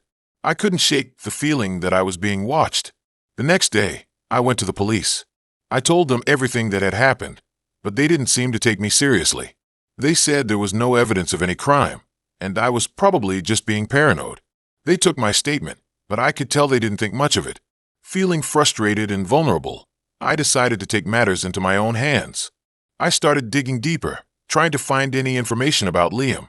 I scoured online forums, searched through public records, anything I could think of. After days of relentless searching, I finally found something. A news article from a few years ago about a missing woman. Her name was Sarah, and she had disappeared after going on a date with a man she met online. The article included a sketch of the suspect, based on descriptions from Sarah's friends. The sketch was eerily similar to Liam. I immediately contacted the police again, this time armed with concrete evidence. They finally took me seriously and reopened Sarah's case. They launched a full-scale investigation, and within a few weeks, they found Liam. His real name was David, and he was a serial predator with a history of violence against women. He had been using fake profiles on dating apps to lure his victims. They arrested him, and he was eventually convicted of Sarah's murder and several other crimes. I testified at his trial, sharing my story and helping to bring him to justice. It was a difficult and traumatic experience, but I knew it was the right thing to do. Looking back, I shudder to think what might have happened if I had ignored my instincts that day. If I had gone for that walk in the woods, I might have become another victim. I learned a valuable lesson about trusting my gut and being cautious when meeting people online. I'm still haunted by what happened, but I'm also grateful to be alive. I've become an advocate for online safety, sharing my story to help others avoid similar situations. I'll never forget Liam, or David, or whatever his real name was. He's a reminder of the darkness that exists in the world, but also of the importance of trusting your instincts and fighting for your own safety. I'll never forget the feeling of dread when I saw his profile pop up again. I had meticulously blocked him months ago, scrubbing him from my digital life as much as one can in this hyper-connected age. But there he was, smiling that same disarming smile, in a different city, with a slightly altered bio. It was like a ghost had rematerialized, a digital haunting that sent a shiver down my spine. My Tinder journey had started, like so many others, with a mixture of boredom and optimism. Fresh out of a long-term relationship, I was looking for a distraction, a connection, something to fill the void. The app felt like a playground of possibilities, a curated catalog of potential partners at my fingertips. I swiped with abandon, matching with guys who seemed interesting, engaging in witty banter, and occasionally venturing out on actual dates. Most of these encounters were unremarkable, fleeting moments of connection that quickly faded into the ether. But then there was Liam. Liam was different from the start. His profile was thoughtful and engaging, showcasing a genuine interest in art, literature, and hiking, all things I genuinely enjoyed. Our initial conversations flowed effortlessly, punctuated by witty remarks and shared observations. He was charming, intelligent, and seemed genuinely interested in getting to know me. After a few days of chatting, we decided to meet for coffee. The date was a success. We talked for hours, bouncing from topic to topic, discovering shared passions and perspectives. He was even more handsome in person, with kind eyes and a disarming smile that made me feel instantly at ease. We laughed, we flirted, and by the end of the evening, I was completely smitten. We made plans to see each other again soon. The next few weeks were a whirlwind. We went on romantic dinners, explored local museums, and spent countless hours talking and laughing. He introduced me to his friends, who seemed to genuinely like me. I started to feel like I had finally found someone special, someone who truly understood me. I let myself get swept away by the romance, ignoring the small, nagging doubts that occasionally surfaced. Looking back, the red flags were there from the beginning, subtle inconsistencies that I chose to overlook in my infatuation. He was vague about his past, deflecting questions about his family and previous relationships. He could be intensely possessive, questioning my whereabouts and becoming visibly jealous when I mentioned other men. He had a habit of disappearing for days at a time, offering flimsy excuses for his absence. But I was blinded by love, desperate to believe that he was the person I thought he was. I dismissed the red flags as quirks, signs of a troubled past that I could help him overcome. I wanted to be his savior, his confidant, the one person who truly understood him. The relationship took a dark turn when he asked to borrow money. It started small, a few $100s for a supposed emergency. I hesitated, but he was so convincing, so desperate, that I eventually relented. He promised to pay me back soon, but the money never materialized. Then came another request, and another, each more urgent than the last. He preyed on my empathy, manipulating me with sob stories and guilt trips. I knew I was being used, but I couldn't bring myself to say no. I was afraid of losing him, of shattering the illusion of the perfect relationship. I emptied my savings account, maxed out my credit cards, and even borrowed money from friends and family. I was drowning in debt, but I couldn't stop. The breaking point came when he asked me to co-sign a loan for a new car. I finally realized that I had reached my limit. I told him I couldn't do it, that I couldn't keep enabling his behavior. He exploded in anger, accusing me of not caring about him, of betraying his trust. The mask finally slipped, revealing the manipulative, selfish person he truly was. I ended the relationship that day, cutting off all contact and vowing to never speak to him again. I blocked him on all social media platforms, changed my phone number, and moved to a new apartment. I was ashamed, humiliated, and financially ruined. It took me months to recover, to rebuild my life, and regain my sense of self-worth. I thought I was finally free of him. I had moved on, started a new job, and even tentatively dipped my toes back into the dating pool. Tinder had become a distant memory, a reminder of a painful chapter in my life. That's why seeing his profile again was so jarring, so terrifying. It shattered the illusion of safety and control that I had worked so hard to create. He was using a different name, a different set of photos, but I recognized him instantly. It was the same disarming smile, the same carefully crafted bio, the same manipulative glint in his eyes.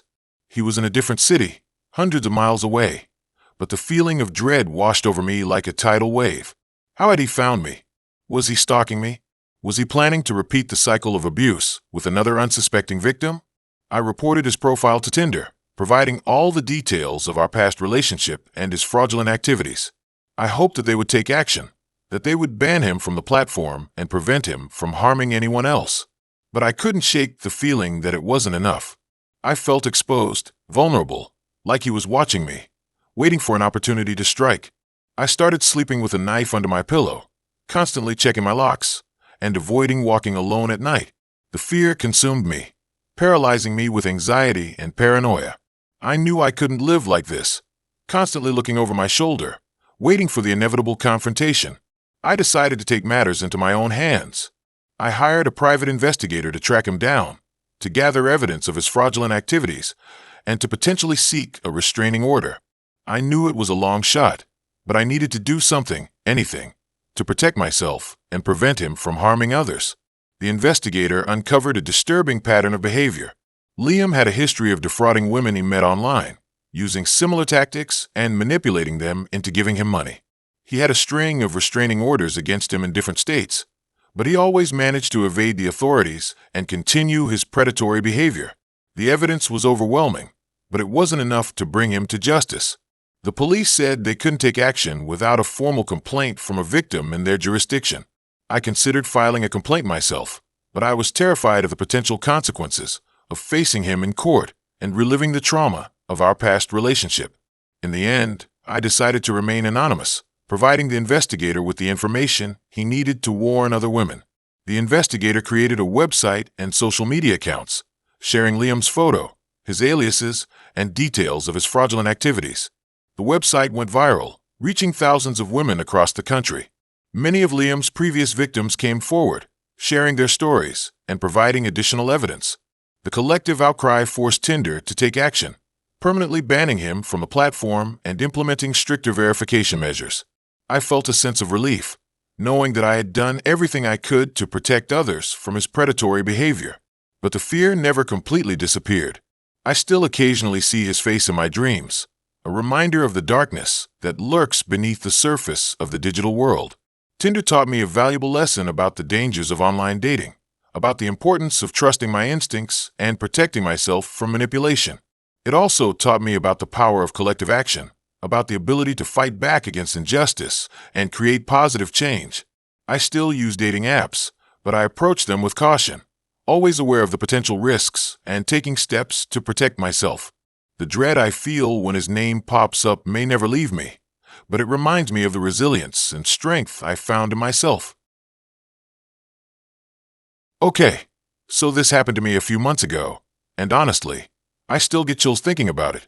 I am usually pretty good at reading people, picking up on red flags. But this guy completely blindsided me. I'd been on Tinder for a while, just casually swiping, not really looking for anything serious. You know, the usual, a few awkward dates, some decent conversations that fizzled out, and the occasional truly bizarre encounter. Nothing that really stuck with me, though. Until Liam. His profile was different, not in a flashy, try-hard way, but in a subtly intriguing one. He had a few photos, one of him hiking in what looked like the Pacific Northwest, another of him reading in a dimly lit coffee shop, and a close-up that showed his eyes, which were this really intense, almost unsettling shade of green. His bio was short and sweet, looking for good conversation and maybe some adventure. Let's see where it goes. I swiped right, and we matched almost instantly. He messaged me right away, and we started chatting. And I am not kidding, the conversation was amazing. He was smart, funny, and actually seemed interested in getting to know me, not just what I looked like or what I was doing that night. We talked about books, movies, travel, our families, our dreams, everything. It was like we had known each other forever. After a few days of nonstop texting, he suggested we meet up for coffee. I was a little hesitant, you never really know who you read talking to online, but I was also really drawn to him. There was something about him that I couldn't quite put my finger on, a sort of magnetic pull. So I said yes. We met at a cafe near my apartment. He was even more attractive in person, tall, with a lean build, that intense green eyes, and a kind of quiet confidence that I found incredibly attractive. We talked for hours. The conversation flowed effortlessly, just like it had online. It felt easy. Too easy, maybe. But I ignored that little voice in the back of my head. We started seeing each other regularly. We went to movies, concerts, art galleries. We cooked dinner at each other's apartments. He was always so attentive, so thoughtful, so perfect. He remembered the little details, my favorite flower, the name of my childhood pet, the specific type of tea I liked. He seemed genuinely interested in everything I had to say. My friends were a little skeptical. They said he seemed too good to be true. They warned me about love bombing and manipulation, but I brushed it off. I told them they were just jealous. I was falling hard for Liam, and I didn't want anyone to ruin it for me. Then things started to get weird. It started with small things. He would show up at my apartment unannounced, saying he was just in the neighborhood and wanted to surprise me. At first, it was sweet, but then it started to feel intrusive. He would ask me about my schedule, my friends, my family, in excruciating detail. He wanted to know everything about my life. He also started getting jealous. He didn't like it when I went out with my friends, even if he was busy. He would call and text constantly, wanting to know where I was and who I was with. He started accusing me of flirting with other guys. I tried to reassure him that he was the only one for me, but it didn't seem to matter. One night, I was at a party with my friends, and Liam showed up without telling me. He said he couldn't stand being away from me and wanted to surprise me, but he was acting off. He was quiet and withdrawn, and he kept glaring at the other guys at the party. He pulled me aside and started whispering in my ear, telling me how much he loved me and how he couldn't live without me. It was intense and overwhelming. I tried to get him to relax and enjoy himself, but he wouldn't let it go. He kept clinging to me, his grip tightening with each passing minute. Finally, I told him I needed some air and went outside. He followed me. "What's wrong?" he asked, his voice tight. "I just need some space," I said. "You're being a little intense." He stared at me, his eyes narrowed. "Intense," he said. "I am just showing you how much I care about you." "I know, but it's too much," I said. "I need you to back off a little." He didn't say anything for a moment. Then his expression changed. His eyes went cold and his jaw clenched. "You don't appreciate me, do you?" he said, his voice low and dangerous. "You don't realize how lucky you are to have me." I took a step back, suddenly afraid. "Liam, you re-scaring me," I said. He laughed, a short, sharp sound that sent shivers down my spine. "Scared," he said. "You should be." He lunged at me, grabbing my arm. His grip was so tight that it hurt. "You mine," he hissed. "You belong to me." I struggled to break free, but he was too strong. He dragged me toward his car, his grip tightening with each step. I started screaming. Luckily, someone heard me. A couple of guys from the party came running outside and pulled Liam off of me. He didn't put up much of a fight. He just stood there, staring at me with those cold, empty eyes. The guys called the police, and they took Liam into custody. I found out later that he had a history of stalking and harassment. He had been arrested several times for similar incidents. He was a danger to women. I was terrified. I filed a restraining order against him and moved out of my apartment. I changed my number and deleted all my social media accounts. I was afraid he would find me again. It's been a few months now, and I haven't heard from him. I am still scared, though. I still have nightmares. I don't think I'll ever be able to trust someone completely again. Tinder's a dangerous place. You never really know who you're talking to. Be careful. Protect yourself. And if something feels wrong, trust your gut. Don't ignore the red flags. It could save your life. Looking back on it, I realized there were a few things I had missed. He always wanted to walk on the street closest to the buildings. I always thought it was weird, but now I know it was because he was trying to protect me from cars. He told me once that he had been in therapy when he was younger. I should have asked more questions, but I was so blinded by the attention that I didn't think to dig deeper. I truly regret letting this happen to me. Don't make the same mistake I did. I met Sarah on Tinder in January. It was the dead of winter, the kind that makes you want to burrow under a blanket and never come out. I was scrolling through, half-heartedly swiping right, trying to ward off the seasonal blues. Her profile stood out, not in a flashy, attention-grabbing way, but in a quiet, unassuming one. Her photos were natural, unposed. Hiking in the woods, reading in a coffee shop, laughing with friends. Her bio was simple, looking for someone to explore the city with. We matched, and the conversation flowed easily. We talked about our favorite books, our dream travel destinations, our shared love of old movies. She was smart, funny, and seemed genuinely interested in getting to know me. After a week of chatting, we decided to meet for coffee. The coffee date went great. Sarah was even more charming in person. She had this disarming way of making you feel like you were the only person in the room, like your thoughts and feelings were the most important thing in the world. We talked for hours, and before I knew it, the cafe was closing. We walked out into the cold night air, and I felt a warmth spread through me that had nothing to do with the coffee. We started seeing each other regularly after that, Movies, museums, walks in the park. Sarah was always up for anything. She had this infectious energy that made even the most mundane activities feel like an adventure. I was falling hard and fast. A few weeks into dating, Sarah started talking about a weekend getaway. She said she knew this amazing cabin in the woods, secluded and peaceful, the perfect place to escape the city. I was hesitant at first. We hadn't been dating that long, and a weekend alone in the woods felt like a big step. But Sarah was persuasive. She painted such a vivid picture of cozy nights by the fire, long walks in the snow, and uninterrupted time together. I caved. The cabin was exactly as Sarah had described, rustic and charming, with a roaring fireplace and a stunning view of the snow-covered forest. We spent the first day hiking, playing board games, and cuddling by the fire. It was perfect. I was completely and utterly smitten. That night, as we lay in bed, Sarah started talking about her past. She told me about her childhood, her family, her previous relationships. She spoke openly and honestly, and I felt a deep connection with her, a sense of intimacy that I hadn't experienced with anyone before. But then, her story took a dark turn. She started talking about a past relationship that had ended badly. She said her ex-boyfriend had been controlling and abusive, that he had isolated her from her friends and family, and that he had even been physically violent. As she spoke, her voice grew strained, her eyes filled with tears. I held her close, offering words of comfort, telling her that she was safe with me, that I would never hurt her. But then, she said something that made my blood run cold. "He's still out there," she whispered, her voice barely audible. "He's still looking for me." I didn't know what to say. I tried to reassure her, to tell her that it was all in the past, that she was safe now.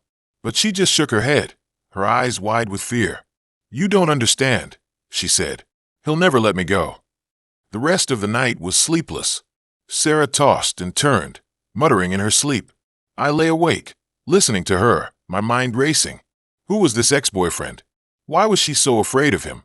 And why did she tell me all this now? The next morning, Sarah seemed different. She was quiet and withdrawn, avoiding eye contact. I tried to talk to her about what she had said the night before, but she brushed it off, saying it was just a bad dream. We spent the day in silence, the tension between us palpable. I wanted to leave, to go back to the city, to get away from this strange, unsettling atmosphere. But I didn't know how to say it without hurting Sarah. As darkness fell, the cabin seemed to grow smaller, more claustrophobic. The wind howled outside, rattling the windows and shaking the walls. I felt a growing sense of dread, a feeling that something terrible was about to happen. After dinner, Sarah suggested we play a game of cards.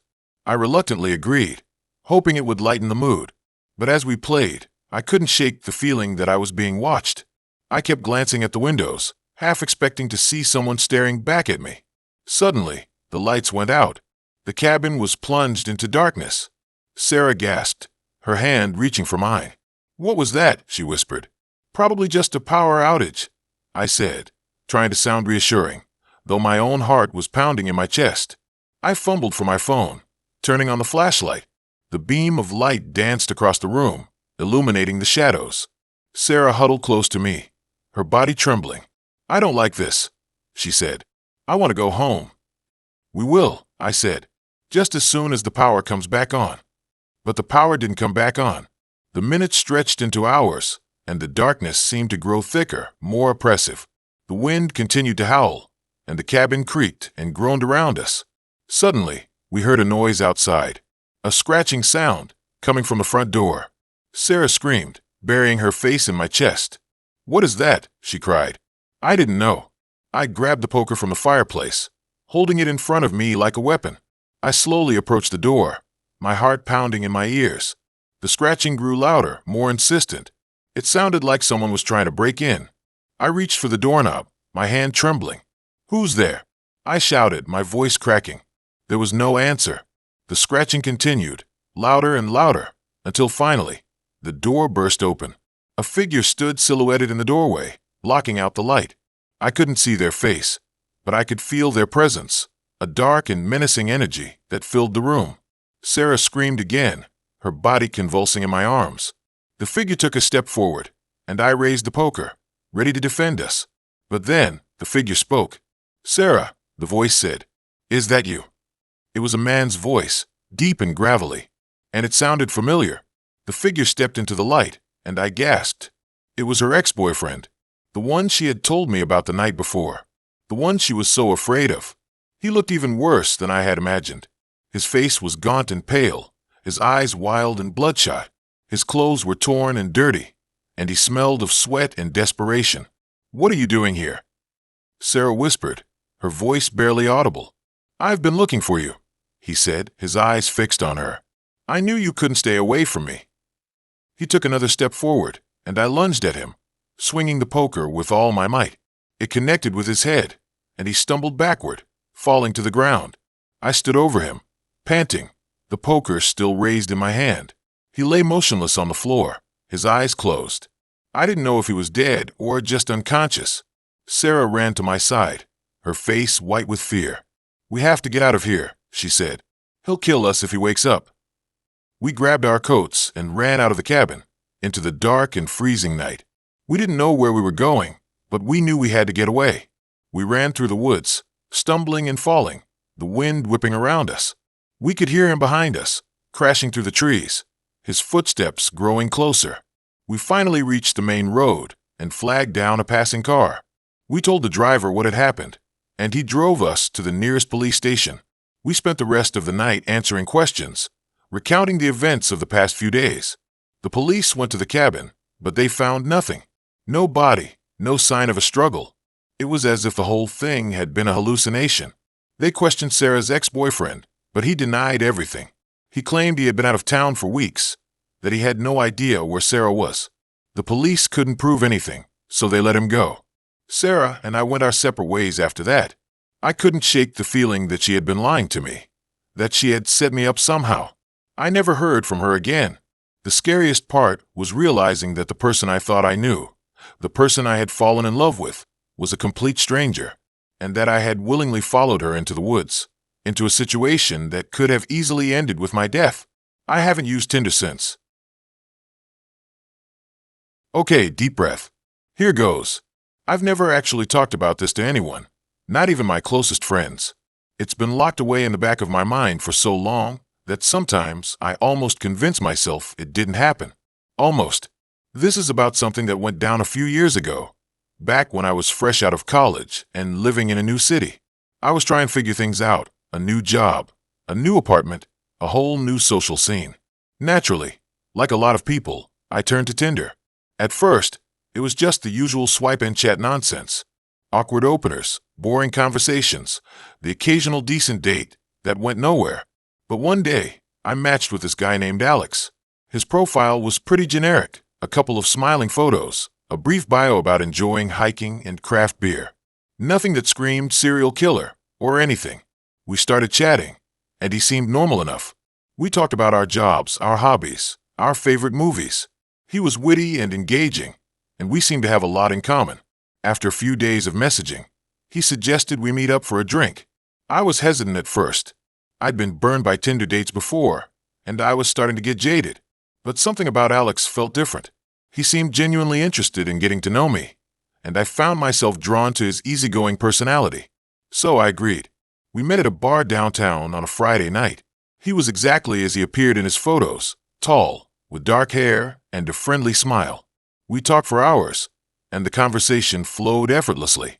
He was a good listener, and he made me feel comfortable and at ease. I actually started to think, wow, maybe this could be something. We went on a few more dates over the next couple of weeks. We went to the movies. We went hiking. We even cooked dinner at my apartment one night. Things were progressing quickly, but it felt natural. He was charming, attentive, and seemed genuinely into me. I was starting to fall for him, hard. That's when the first red flag popped up. One night, after we'd been seeing each other for about a month, he mentioned something about my building that struck me as odd. He described the layout of my apartment complex in detail, including the location of the security cameras and the emergency exits. I hadn't told him any of that information. When I asked him how he knew, he brushed it off, saying he was just observant. But it made me uneasy. Then, there was the incident with my cat. I had a small tabby cat named Luna, who was my constant companion. Alex claimed to be a cat person, but Luna always seemed skittish around him. One day, I came home from work to find Luna hiding under my bed, trembling. When I coaxed her out, I noticed a small bald spot on her back, like someone had pulled out a chunk of her fur. I confronted Alex about it, and he denied it, saying Luna must have done it to herself. But I didn't believe him. Despite these unsettling incidents, I tried to rationalize them away. I told myself I was being paranoid, that I was reading too much into things. I didn't want to believe that Alex could be anything other than the wonderful guy I thought he was. But deep down, a nagging voice kept telling me something was wrong. Things came to a head one weekend when Alex invited me to go camping with him in a remote area outside of the city. I was excited about the trip. I loved camping, and I thought it would be a great opportunity for us to bond. But as we drove further and further away from civilization, I started to feel uneasy again. The campsite was secluded, miles away from the nearest town. There was no cell service, no other campers in sight. It was just us, alone in the woods. As we set up camp, I couldn't shake the feeling that I was being watched. Alex seemed different too. He was quieter, more distant. His eyes had this strange, unsettling glint in them. That night, as we sat around the campfire, he started telling me stories about his past. He talked about his childhood, his family, his previous relationships. But the stories were dark, twisted, and filled with anger and resentment. He spoke about his ex-girlfriends with a chilling contempt, describing them as manipulative and deceitful. He said they had all betrayed him, used him, and left him broken. As he spoke, I realized that the wonderful guy I thought I knew was just a facade. Underneath the charm and charisma was a deeply damaged, potentially dangerous individual. I was terrified. I knew I had to get out of there, but I didn't know how. I pretended to be tired and suggested we go to bed. He didn't protest. As I lay in my tent, trying to fall asleep, I could hear him moving around outside. The sound of rustling leaves, snapping twigs. It was like he was patrolling the perimeter of the campsite, guarding me, or trapping me. I couldn't sleep. My mind was racing, trying to come up with a plan. I knew I couldn't stay there any longer. I had to escape. As soon as I was sure he was asleep, I quietly crawled out of my tent. The moon was hidden behind the clouds, and the woods were dark and silent. I could barely see a thing. I started running. I ran as fast as I could, stumbling through the trees, desperate to get away. I didn't know where I was going, but I knew I had to keep moving. After what felt like hours, I stumbled upon a dirt road. I ran along the road until I saw a faint light in the distance. It was a small cabin, and I could hear the sound of a generator running. I ran towards it, praying that someone was home. I knocked on the door, and a gruff-looking man answered. I told him what had happened, and he immediately took me in. He let me use his phone to call the police, and he gave me a warm blanket and a cup of coffee. The police arrived a few hours later and took me to the nearest town. They launched a search for Alex, but he was gone. He had vanished without a trace. They found his car abandoned near the campsite, but there was no sign of him. I never saw Alex again. The police investigated him, but they couldn't find any evidence of criminal activity. He had no prior record, no history of violence. It was like he had just appeared out of nowhere and then disappeared again. I spent the next few months in a state of constant fear. I changed my phone number, moved to a new apartment, and started seeing a therapist. I was diagnosed with PTSD. I had nightmares about Alex, about the woods, about being trapped and alone. It's been years since that happened, but I still struggle with the memories. I'm still afraid of dating. I'm still afraid of trusting people. I'm still afraid of being alone in the dark. I try to move on, but I can't shake the feeling that Alex is still out there, somewhere, watching me. Sometimes, when I'm walking down the street, I catch a glimpse of someone who looks like him. My heart skips a beat, and I feel a wave of panic wash over me. I know it's probably just my imagination, but I can't help but wonder if he's really there. I know this story is probably hard to believe. I know it sounds like something out of a horror movie, but it's real. It happened to me, and it's something I'll never forget. I needed to say this. It's heavy. It's scary. It's a Tinder horror story. Okay, so yeah, Tinder. I swore I was done with it, like a million times. Deleted the app. Promised myself I'd meet someone organically. Whatever that even means these days. But you know, boredom hits, loneliness creeps in, and before you know it, you're back, swiping through the endless stream of faces, hoping to find someone even remotely interesting. And that's how I met Ethan. His profile was decent. Not overly curated, which I appreciated. A couple of photos of him hiking, one with a dog, and a bio that was short and sweet. Looking for someone to explore the city with. Good vibes only. Seemed harmless enough. We matched, and the conversation started off pretty normal. Small talk about our jobs, our hobbies, what we were looking for on the app. He seemed genuinely interested in getting to know me, which was a nice change from the usual "hey" or some sleazy pickup line. We chatted for a few days, and he suggested we meet up for coffee. I hesitated. There was something about him that I couldn't quite put my finger on. Not a red flag, exactly. More like a yellow flag, a feeling in the pit of my stomach that told me to be cautious. But I ignored it. I'd been on so many boring, uneventful Tinder dates that I figured, what's the worst that could happen? We met at a cafe downtown. He was taller than I expected, with kind eyes and a shy smile. The conversation flowed easily, and we talked for hours about everything and nothing. He was smart, funny, and seemed genuinely interested in what I had to say. By the end of the date, I was actually starting to feel optimistic. Maybe this was it. Maybe I'd finally found someone worth sticking around for. He walked me back to my apartment, and we stood awkwardly on the sidewalk for a few minutes, unsure of how to end the night. He leaned in for a kiss, and I let him. It was okay. Nothing earth-shattering, but not bad either. We said goodnight, and I went inside, feeling a mix of excitement and apprehension. The next few weeks were a whirlwind. Ethan and I started spending a lot of time together. We went to movies, concerts, museums. He introduced me to his friends, and I introduced him to mine. He was charming, attentive, and seemed to genuinely care about me. He texted me every morning, called me every night, and always made me feel like I was the most important person in the world. But the yellow flags kept popping up. Little things that I tried to brush aside, but that gnawed at me nonetheless. He was always a little too eager, a little too intense. He'd text me constantly throughout the day, wanting to know what I was doing, who I was with. He'd get jealous if I mentioned other guys, even in passing. He started making future plans for us, months down the line, talking about vacations and meeting his family. It was all happening too fast. One night, we were at his apartment, watching a movie. I went to the bathroom, and when I came back, he was on my phone. He quickly put it down when he saw me, but I could tell he'd been going through my messages. I confronted him about it, and he got defensive, accusing me of hiding something from him. I told him that he was being insecure and controlling, and that I needed some space. He didn't take it well. He started crying, telling me that he was just afraid of losing me, that he'd never felt this way about anyone before.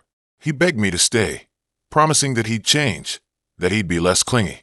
I wanted to believe him, but the pit in my stomach was growing larger, more insistent.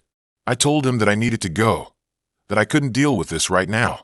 He followed me to the door, still pleading, still crying. As I was leaving, he grabbed my arm, his grip tightening. "Don't leave me," he said, his voice cracking. "I need you." I pulled my arm away, feeling a surge of panic. "You're hurting me," I said, my voice trembling. He immediately let go, his eyes widening in horror. "I'm sorry," he said. "I didn't mean to." I ran out of his apartment, my heart pounding in my chest. I didn't stop running until I was safely inside my own apartment. The door locked, the chain bolted. I sat on the floor, shaking, trying to make sense of what had just happened. I knew then that I had to end things with him. I couldn't ignore the red flags any longer. I sent him a text message, telling him that it was over, that I couldn't be with someone who was so controlling and insecure. He didn't respond. For the next few days, I was on edge, constantly looking over my shoulder. I was afraid that he would show up at my apartment or at my work. I told my friends what had happened, and they offered their support. They stayed with me at night, walked me to my car, and made sure I wasn't alone. Then, one evening, I got a phone call from an unknown number. I hesitated to answer it, but curiosity got the better of me. "Hello," I said, my voice trembling. "I know where you live," a voice said on the other end. It was Ethan. I froze, my blood turning to ice. "Leave me alone," I said, my voice barely a whisper. "You can't get rid of me that easily," he said, his voice low and menacing. "We belong together. I'm going to make you see that." I hung up the phone, my hand shaking so badly that I could barely hold it. I called the police, and they came to my apartment to take a report. They told me that they couldn't do anything until he actually did something, but they promised to keep an eye on things. That night, I barely slept. Every creak in the house, every rustle of leaves outside my window, sent shivers down my spine. I felt like I was being watched, like Ethan was lurking in the shadows, waiting for his chance. The next morning, I woke up to find a note taped to my door. It was a picture of me, taken from my social media, with the words, "You can't hide from me," written across it in red ink.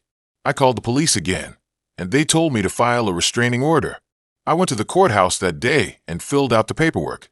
It was a long and stressful process, but I knew that it was necessary. The restraining order was granted, and Ethan was ordered to stay away from me, my home, and my workplace. I hoped that it would be enough to keep him away, but I was still terrified. A few weeks later, I was walking home from work when I saw him. He was standing across the street, watching me. He didn't say anything, didn't make a move. He just stood there, staring at me with a look of pure obsession in his eyes. I froze, my heart pounding in my chest. I wanted to run, but I was too scared to move. I just stood there, paralyzed with fear, until he finally turned and walked away. I never saw Ethan again after that day. I don't know where he went or what happened to him, but I'll never forget the fear that he instilled in me. This experience taught me a valuable lesson. Always trust your gut. If something feels off, don't ignore it. Don't try to rationalize it away. Listen to your intuition and protect yourself. Tinder and dating apps in general can be dangerous. You never really know who you're talking to or what their intentions are. Be careful, be aware, and don't be afraid to walk away from a situation that feels wrong, because sometimes the yellow flags turn into red flags, and by then, it's too late. I still use dating apps, occasionally, but I'm much more cautious now. I pay attention to the warning signs, and I trust my gut. I know that there are good people out there, but there are also dangerous ones, and it's up to me to protect myself from them. Okay, so I'm not usually one to share super personal stuff online, but what happened to me through Hinge was messed up enough that I feel like I need to warn people. I used Hinge on and off for a couple years, met some decent people, had some blah dates, the usual dating app experience, but nothing prepared me for what happened with Daniel. I matched with Daniel like a year ago. His profile was pretty standard, hiking pictures, a dog pic, a fun fact about his love for obscure documentaries. He seemed normal, maybe even a little boring, which was honestly a plus in my book after some of the wild cards I'd encountered on these apps. We chatted for a few days, nothing too deep, just getting to know each other. He seemed genuinely interested in what I did, what I liked, etc. The conversation flowed easily, and he wasn't overly aggressive or pushy. So, I agreed to meet him for coffee. The coffee date was fine. He looked pretty much like his pictures, maybe a little less polished in person. He was a bit quiet, but I chalked it up to nerves. We talked about our jobs, our hobbies, the usual first date stuff. There weren't any major red flags, but there also wasn't a spark. I figured I wouldn't see him again, but I didn't regret meeting him. I texted him later that night, saying I had a nice time, but didn't really feel a connection. He responded saying he understood and wished me well. End of story, right? Wrong. About a week later, I started noticing weird things. I'd get a text from a random number saying something like, "Nice shoes today," or "Hope you enjoyed your lunch." Creepy, but I assumed it was just some kind of spam bot. I blocked the numbers and moved on.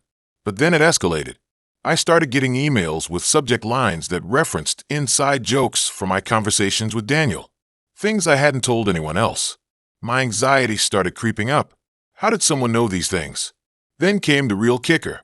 One evening, I was walking home from work, and I saw Daniel across the street. He was just standing there, watching me. I froze. He didn't wave, didn't smile, just stared. It sent a chill down my spine. I quickly crossed the street and ducked into a store, waiting until I was sure he was gone before coming out. I was officially freaked out. I did a deep dive into Daniel's social media. His Facebook and Instagram were locked down tight, but I managed to find an old LinkedIn profile. Nothing alarming, just a basic work history. But then I noticed something. In the skills and endorsements section, there was a weirdly specific skill listed. Open Source Intelligence, OSINT. I Googled it, and OSINT is basically using publicly available information to gather intelligence on someone. It's like legal stalking. My blood ran cold. This guy had been using my public social media, combined with the information I'd given him on Hinge, to track me. I changed all my social media settings to private, deleted old posts, and made sure my location services were turned off. I even considered getting a new phone number. The texts and emails stopped for a while, and I started to breathe a little easier. Maybe he'd gotten bored and moved on. But then, a few months later, I got a package in the mail. No return address. Inside was a photo of me sleeping in my apartment. It was taken from outside my window. I completely lost it. I went straight to the police. They took my statement, but basically said there wasn't much they could do unless he physically threatened me or broke into my apartment. Since he hadn't technically broken any laws, they couldn't arrest him.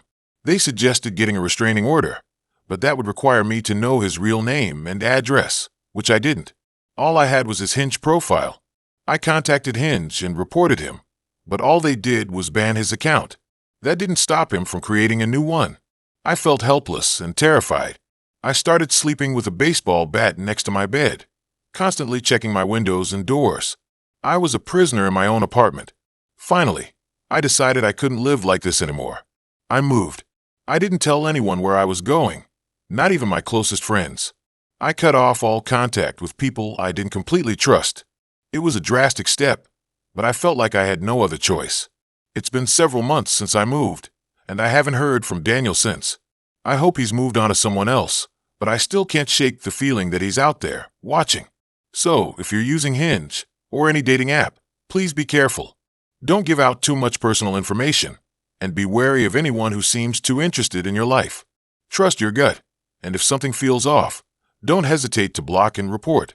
And for God's sake, check their skills on LinkedIn. You never know who's lurking behind those seemingly normal profiles. This wasn't just a bad date. This was a real-life horror story. This is the problem that many women go through, and it's real. This is a warning to everyone looking to date, using Hinge to watch out for red flags, and be more protective, and make sure to keep your guard up in the dating world. Watch out for things that are too good to be true. Watch out for people who are too clingy or obsessed, and make sure to run a background check or look at social media of each user before fully committing or giving them the benefit of a doubt. Okay, so I'm still trying to wrap my head around this whole thing, but I feel like I need to tell someone, even if it's just a bunch of strangers on the internet. It happened last summer, and honestly, it's completely warped my view on online dating, specifically Hinge. I used to think Hinge was, the slightly less terrifying dating app. Supposedly more about connections than hookups, right? Wrong. Dead wrong. I'd been on Hinge for a few months, had gone on a handful of okay dates, nothing spectacular. Then I matched with Liam. He was striking. Not traditionally handsome, but something about his pictures just drew me in. Think intense eyes, messy dark hair, and a brooding artist vibe. His prompts were witty and insightful. He seemed genuinely intelligent and a little bit damaged, which, I'll admit, is a weakness of mine. We chatted for a couple of weeks, and the conversation flowed effortlessly. He wasn't pushy or overly complimentary, just engaging and thoughtful. We had a lot in common: obscure indie bands, classic literature, a shared love of hiking. So, naturally, I was excited when he suggested we meet up. He suggested a hike in a state park about an hour outside the city. It seemed a little out there for a first date, but he'd mentioned he loved photography and knew some great spots with amazing views. I figured, why not? I told a couple of friends where I was going, shared Liam's Hinge profile, and made sure my phone was fully charged. Classic safety precautions. The day of the hike was beautiful. Sunny, crisp air, perfect for fall foliage. Liam was waiting for me at the trailhead, and he looked even better in person. That intense gaze was even more captivating. We started hiking, and the conversation was even better than it had been online.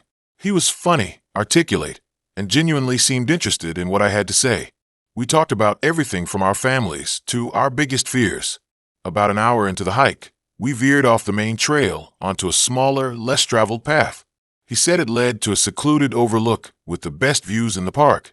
I didn't think much of it at the time, but looking back, that's when things started to shift. The path became steeper and narrower, the trees grew denser, and the air felt colder. We hadn't seen another person in what felt like forever. Liam was still charming, but there was an edge to him that I hadn't noticed before.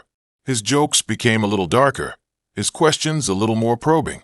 He started asking about my past relationships, specifically how they ended. He seemed particularly interested in any exes who had wronged me. Then, he stopped abruptly in the middle of the trail. "There's something I need to tell you," he said, his voice suddenly serious. I braced myself, thinking he was about to confess to being married or having some deep-seated trauma. But what he said next was far more unsettling. "I've been watching you," he said, his eyes fixed on mine. "For a while now." My blood ran cold. I tried to laugh it off, thinking it was some kind of twisted joke. "What are you talking about?" I asked, my voice trembling. He didn't laugh. He just stared at me, that intense gaze boring into my soul. "I know where you live. I know where you work. I know your friends. I know everything about you." Suddenly, all those little details I had shared with him online, all those seemingly innocuous facts about my life, felt like deadly weapons in his hands. I tried to keep calm, tried to rationalize what he was saying. Maybe he was just trying to scare me. Maybe he was mentally unstable. But the look in his eyes told me this wasn't a joke, and it wasn't a delusion. This was real. How did you know all that?" I stammered. He just smiled, a slow, chilling smile that sent shivers down my spine. "Let's just say I'm good at finding things out." He then reached into his backpack and pulled out a small, leather-bound notebook. He flipped it open and started reading aloud, reciting details about my life that I had never told him directly. He knew my favorite coffee shop, the name of my childhood pet, the make and model of my car. He even knew about an embarrassing incident from high school that I had only shared with one close friend. I was terrified, paralyzed with fear. I didn't know what to do, how to react. My phone was in my backpack, but I was too afraid to reach for it. I was trapped, alone in the woods with a man who knew everything about me and clearly wasn't right in the head. "Why are you doing this?" I finally managed to ask, my voice barely a whisper. "Because I wanted you to know that I care," he said, his voice dripping with sincerity. "I care about you more than anyone else ever will, and I won't let anyone hurt you." That's when I realized this wasn't just about obsession. This was about control. He wanted to possess me, to protect me, to isolate me from the rest of the world. I knew I had to get away from him, but I didn't know how. I took a deep breath and tried to appear calm. "Liam," I said, "I appreciate you caring about me, but this is too much. This is making me uncomfortable. I think I need to go home." He frowned, his eyes hardening. "You're not going anywhere," he said, his voice suddenly cold and menacing. "We're just getting started." That's when I snapped. Adrenaline surged through my veins, overriding my fear. I kicked him as hard as I could in the shin, grabbed my backpack, and ran. I ran as fast as I could, stumbling through the trees, not knowing where I was going, just trying to get away from him. I could hear him behind me, crashing through the underbrush, yelling my name. I didn't dare look back. I just kept running, fueled by pure terror.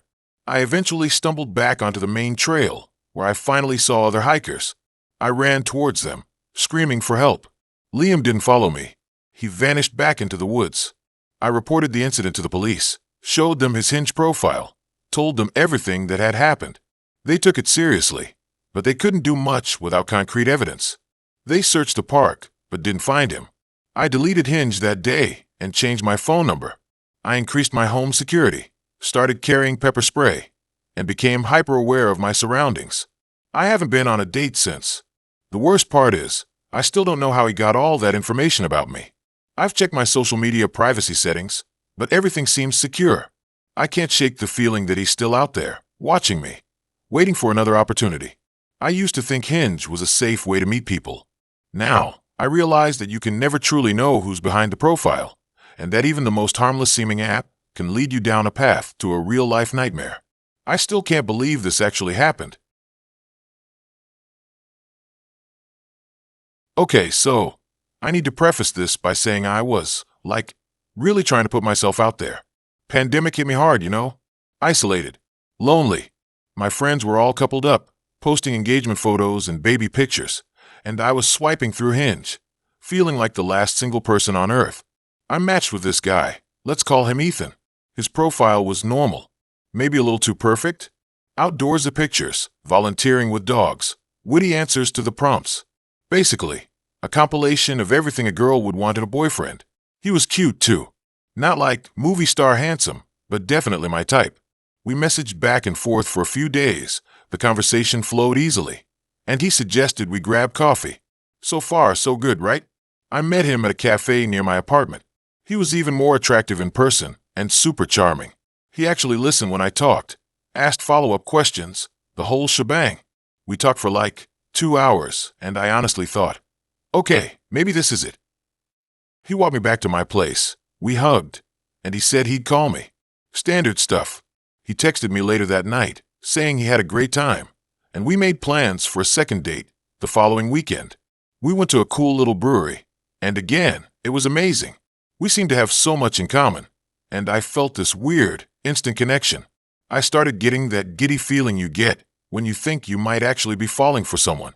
After the second date, things started to move fast. We were texting constantly, seeing each other a few times a week. He met my friends. I met a couple of his. He was always super affectionate, always telling me how much he liked me, how special I was.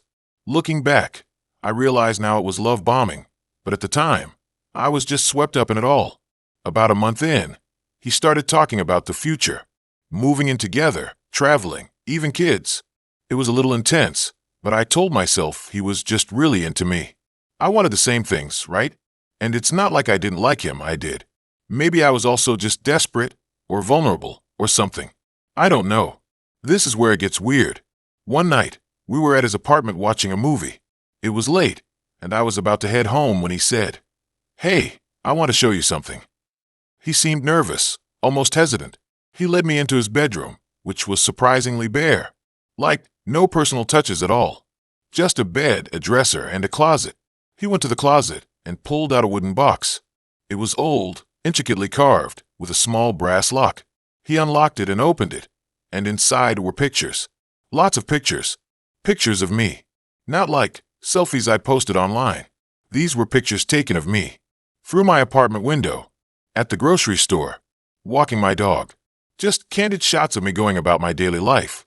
Some of them were zoomed in, kind of grainy, but there was no doubt it was me. I felt like I was going to throw up. I just stared at the box, speechless, my mind racing. He saw the look on my face, and his whole demeanor changed. The charming, affectionate guy vanished, replaced by someone cold and predatory. "I wanted you to know how much I care about you," he said, his voice low and almost robotic. "I've been watching you for a while. Before we even matched on Hinge, I knew we were meant to be together." My blood ran cold. I didn't say anything. I just backed away slowly, my eyes locked on his. He didn't move, just stood there, holding the box of pictures. "Don't you understand?" he said, taking a step closer. "This is proof. We're connected. I know everything about you." I turned and ran. I didn't say a word, just sprinted out of his apartment, down the stairs, and into the street. I didn't stop running until I was back in my own building, slamming and deadbolting the door behind me. I was shaking so badly I could barely dial 911. The police came, took a report. They went to his apartment, but he was gone, vanished. They said they'd put out a warrant for his arrest, but they didn't seem to take it that seriously. "He probably just got spooked," one of the officers said. "He'll probably just move on." I didn't feel reassured. I moved out of my apartment the next day. I broke my lease, paid the penalty, and found a new place in a completely different part of the city. I changed my phone number, deleted all my social media, and basically went into hiding. I still have nightmares. I see his face everywhere. I jump at every shadow. I haven't used Hinge or any dating app since. I don't think I ever will. It's not just about the stalking, it's the violation. The feeling that someone was watching me, studying me, planning this. I don't know. I'll never feel safe again. And the worst part, I still don't know how he found me in the first place. I had a different job than the one on my profile. I had a different address. Nothing matched. What were the chances? He'd been watching me before the app. He had been stalking me. Hinge will never seem the same, and I think I will be more scared to date from now on. Okay, so I need to tell someone about this. I haven't really talked about it because, honestly, it makes me sound insane. But it messed me up pretty badly, and maybe writing it down will help.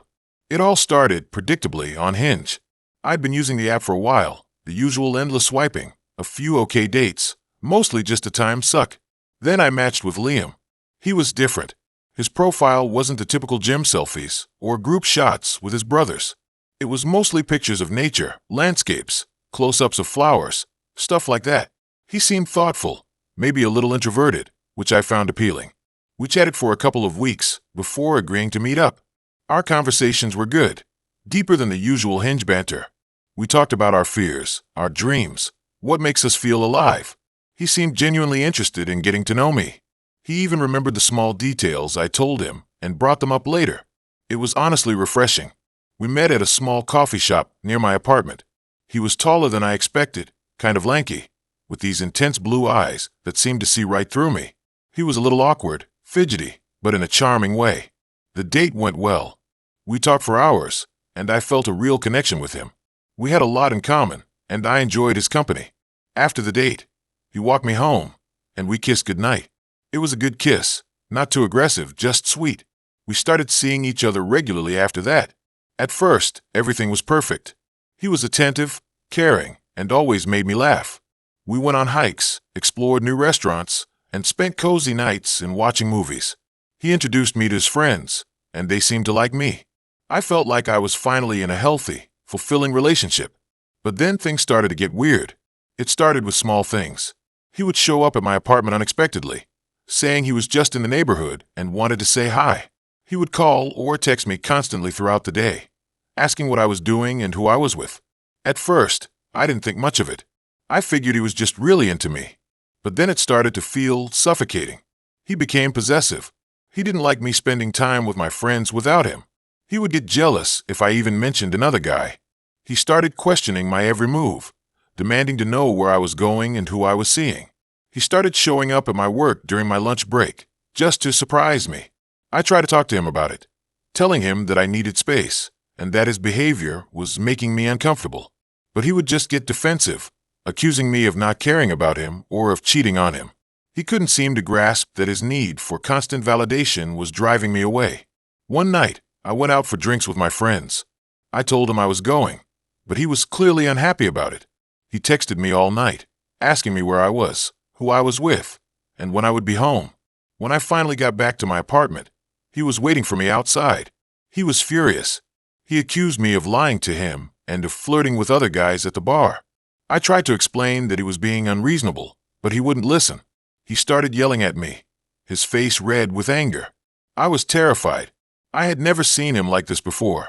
I told him to leave, but he refused. He grabbed my arm, his grip tightening. "You're not going anywhere," he said, his voice low and menacing. "You're mine." I managed to break free from his grip and ran inside, locking the door behind me. He started pounding on the door, screaming my name. I called the police, and they arrived a few minutes later. They arrested him for harassment and trespassing. I got a restraining order against him. But even with the restraining order, I was still scared. I knew he was out there, and I didn't know what he was capable of. I started having nightmares. I couldn't sleep without checking all the locks on my doors and windows. I became paranoid, constantly looking over my shoulder. I felt like I was being watched. One night, I woke up to a strange noise outside my window. I peered through the blinds and saw him standing there, staring up at my apartment. He was holding a bouquet of flowers. I screamed and called the police again. They came and took him away. But the fear didn't go away. I knew he would be back. He eventually violated the restraining order multiple times, and each time he did, my anxiety grew worse. He would leave notes on my car, send me emails, and even try to contact my friends and family. It was a constant barrage of harassment. I ended up moving to a different city to get away from him. I changed my phone number, deleted my social media accounts, and cut off contact with anyone who knew him. It was like starting a new life. It's been 2 years since I moved, and I haven't heard from him since. But I still think about him sometimes. I still have nightmares. I still feel the fear. I don't think I'll ever be able to trust anyone completely again. And honestly, I'm terrified to use Hinge or any dating app ever again. It's a reminder that you can never truly know someone, even if you think you do. And that sometimes the person you meet online can turn out to be your worst nightmare. I really am still shaken up from this experience. Okay, so I've always been a bit of a dating app dabbler. Tried them all at some point, but Hinge was the one I kept coming back to. It felt less shallow, I guess. More about actual people and less about just swiping through faces. I wasn't looking for anything super serious, but the idea of finding someone with a genuine connection was appealing. I'd had my share of awkward dates and ghosting situations, nothing too crazy, just the usual online dating woes. But then I matched with Ethan, and everything changed. His profile was intriguing. Thoughtful answers to the prompts. Photos that showed him doing cool stuff like hiking and playing guitar. He seemed intelligent, artistic, and genuinely kind. We started chatting, and the conversation flowed effortlessly. We had a lot in common, similar tastes in music, a shared love for obscure documentaries, and a dark sense of humor that clicked perfectly. He was funny, engaging, and seemed genuinely interested in getting to know me beyond just superficial stuff. After a few days of chatting, he suggested we meet up. We decided on a coffee shop near my apartment. The date went great. Ethan was even more charming in person. We talked for hours, laughing and sharing stories. There was a definite spark, a real connection that I hadn't felt with anyone in a long time. We ended the night with a hug, and I couldn't wait to see him again. We went on a second date a few days later, then a third. Things were progressing quickly, but it felt natural, exciting. He was thoughtful, always remembering little details I'd mentioned in passing. He'd leave me sweet notes, surprise me with flowers, and make me feel like the most amazing person in the world. But then, things started to get weird. Subtle at first, almost imperceptible. He started asking more personal questions about my past, digging deeper into things I wasn't quite ready to share. He wanted to know about my childhood traumas, my past relationships, my deepest insecurities. At first, I brushed it off as him just being interested in understanding me, but it started to feel invasive, like he was trying to dissect me. He also started becoming increasingly possessive. He'd get jealous if I mentioned hanging out with friends, and he started subtly discouraging me from seeing them. He wanted all my attention, all the time. He'd text me constantly throughout the day, and if I didn't respond immediately, he'd get anxious and accusatory.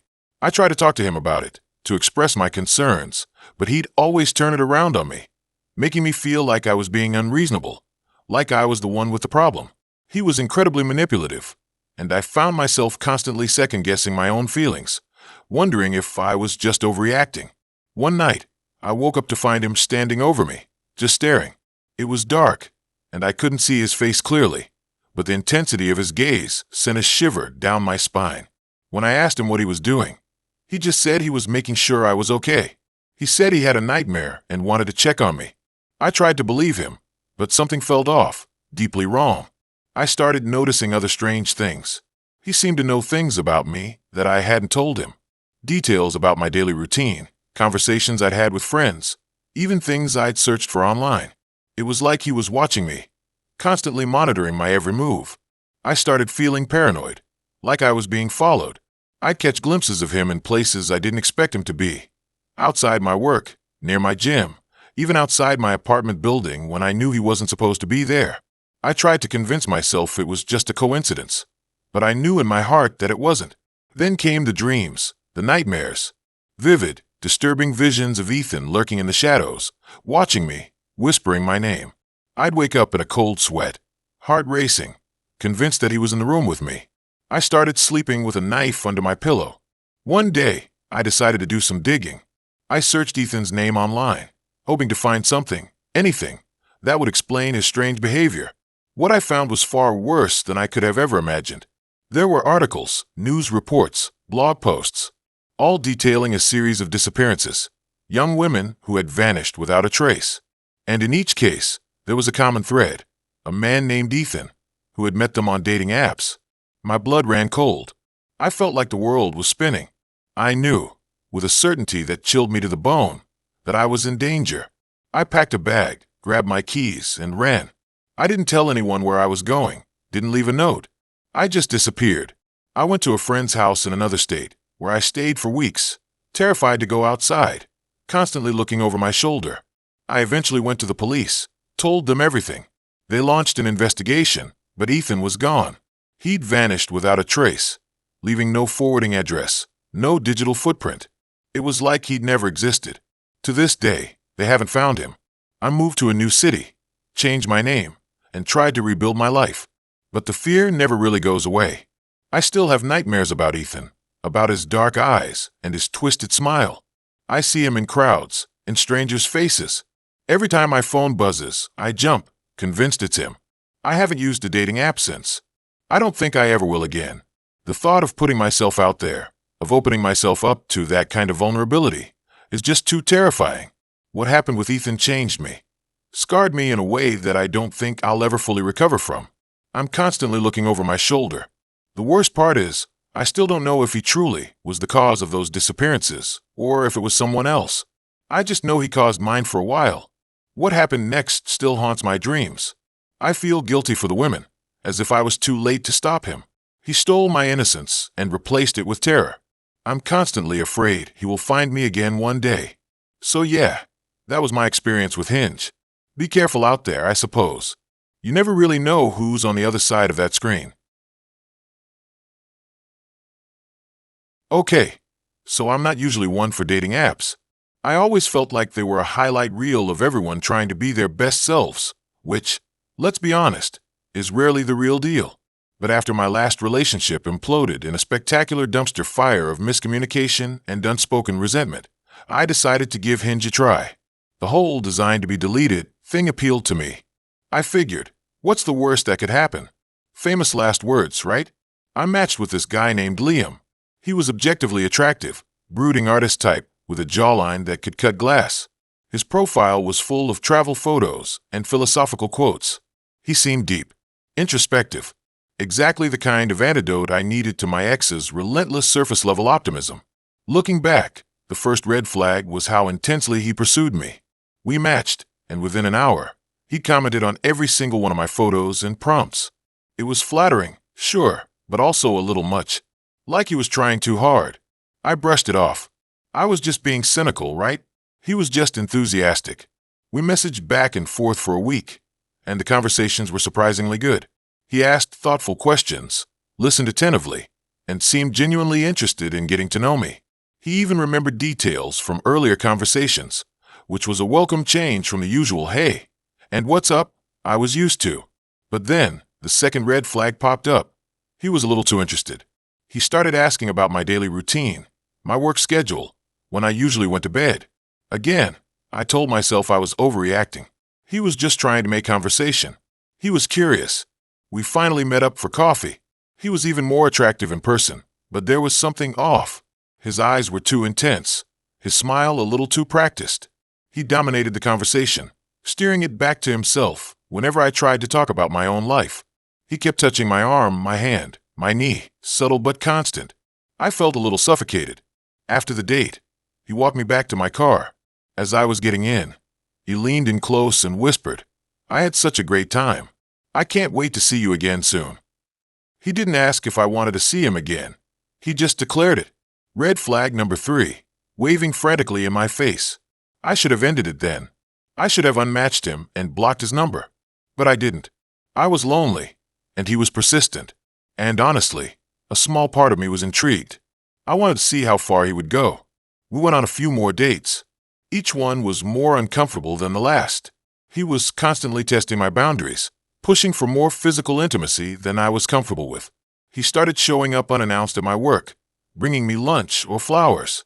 It was supposed to be romantic, but it felt possessive. He started calling me multiple times a day, and getting upset if I didn't answer immediately. He said he just wanted to know I was safe. Red flag number 4, blaring like an alarm. The turning point came one Saturday night. I had told him I was going out with friends for dinner. He seemed okay with it, but he kept texting me throughout the night, asking where I was, who I was with, what I was doing. I tried to be polite, but his messages were becoming increasingly demanding. Finally, I turned off my phone and tried to enjoy my evening. When I got home, there were dozens of missed calls and texts from him. He was furious. He accused me of lying to him, of cheating on him. He said he knew I was with another man. I tried to explain that I was just out with friends, but he wouldn't listen. He showed up at my apartment a few hours later, banging on my door, demanding to be let in. I was terrified.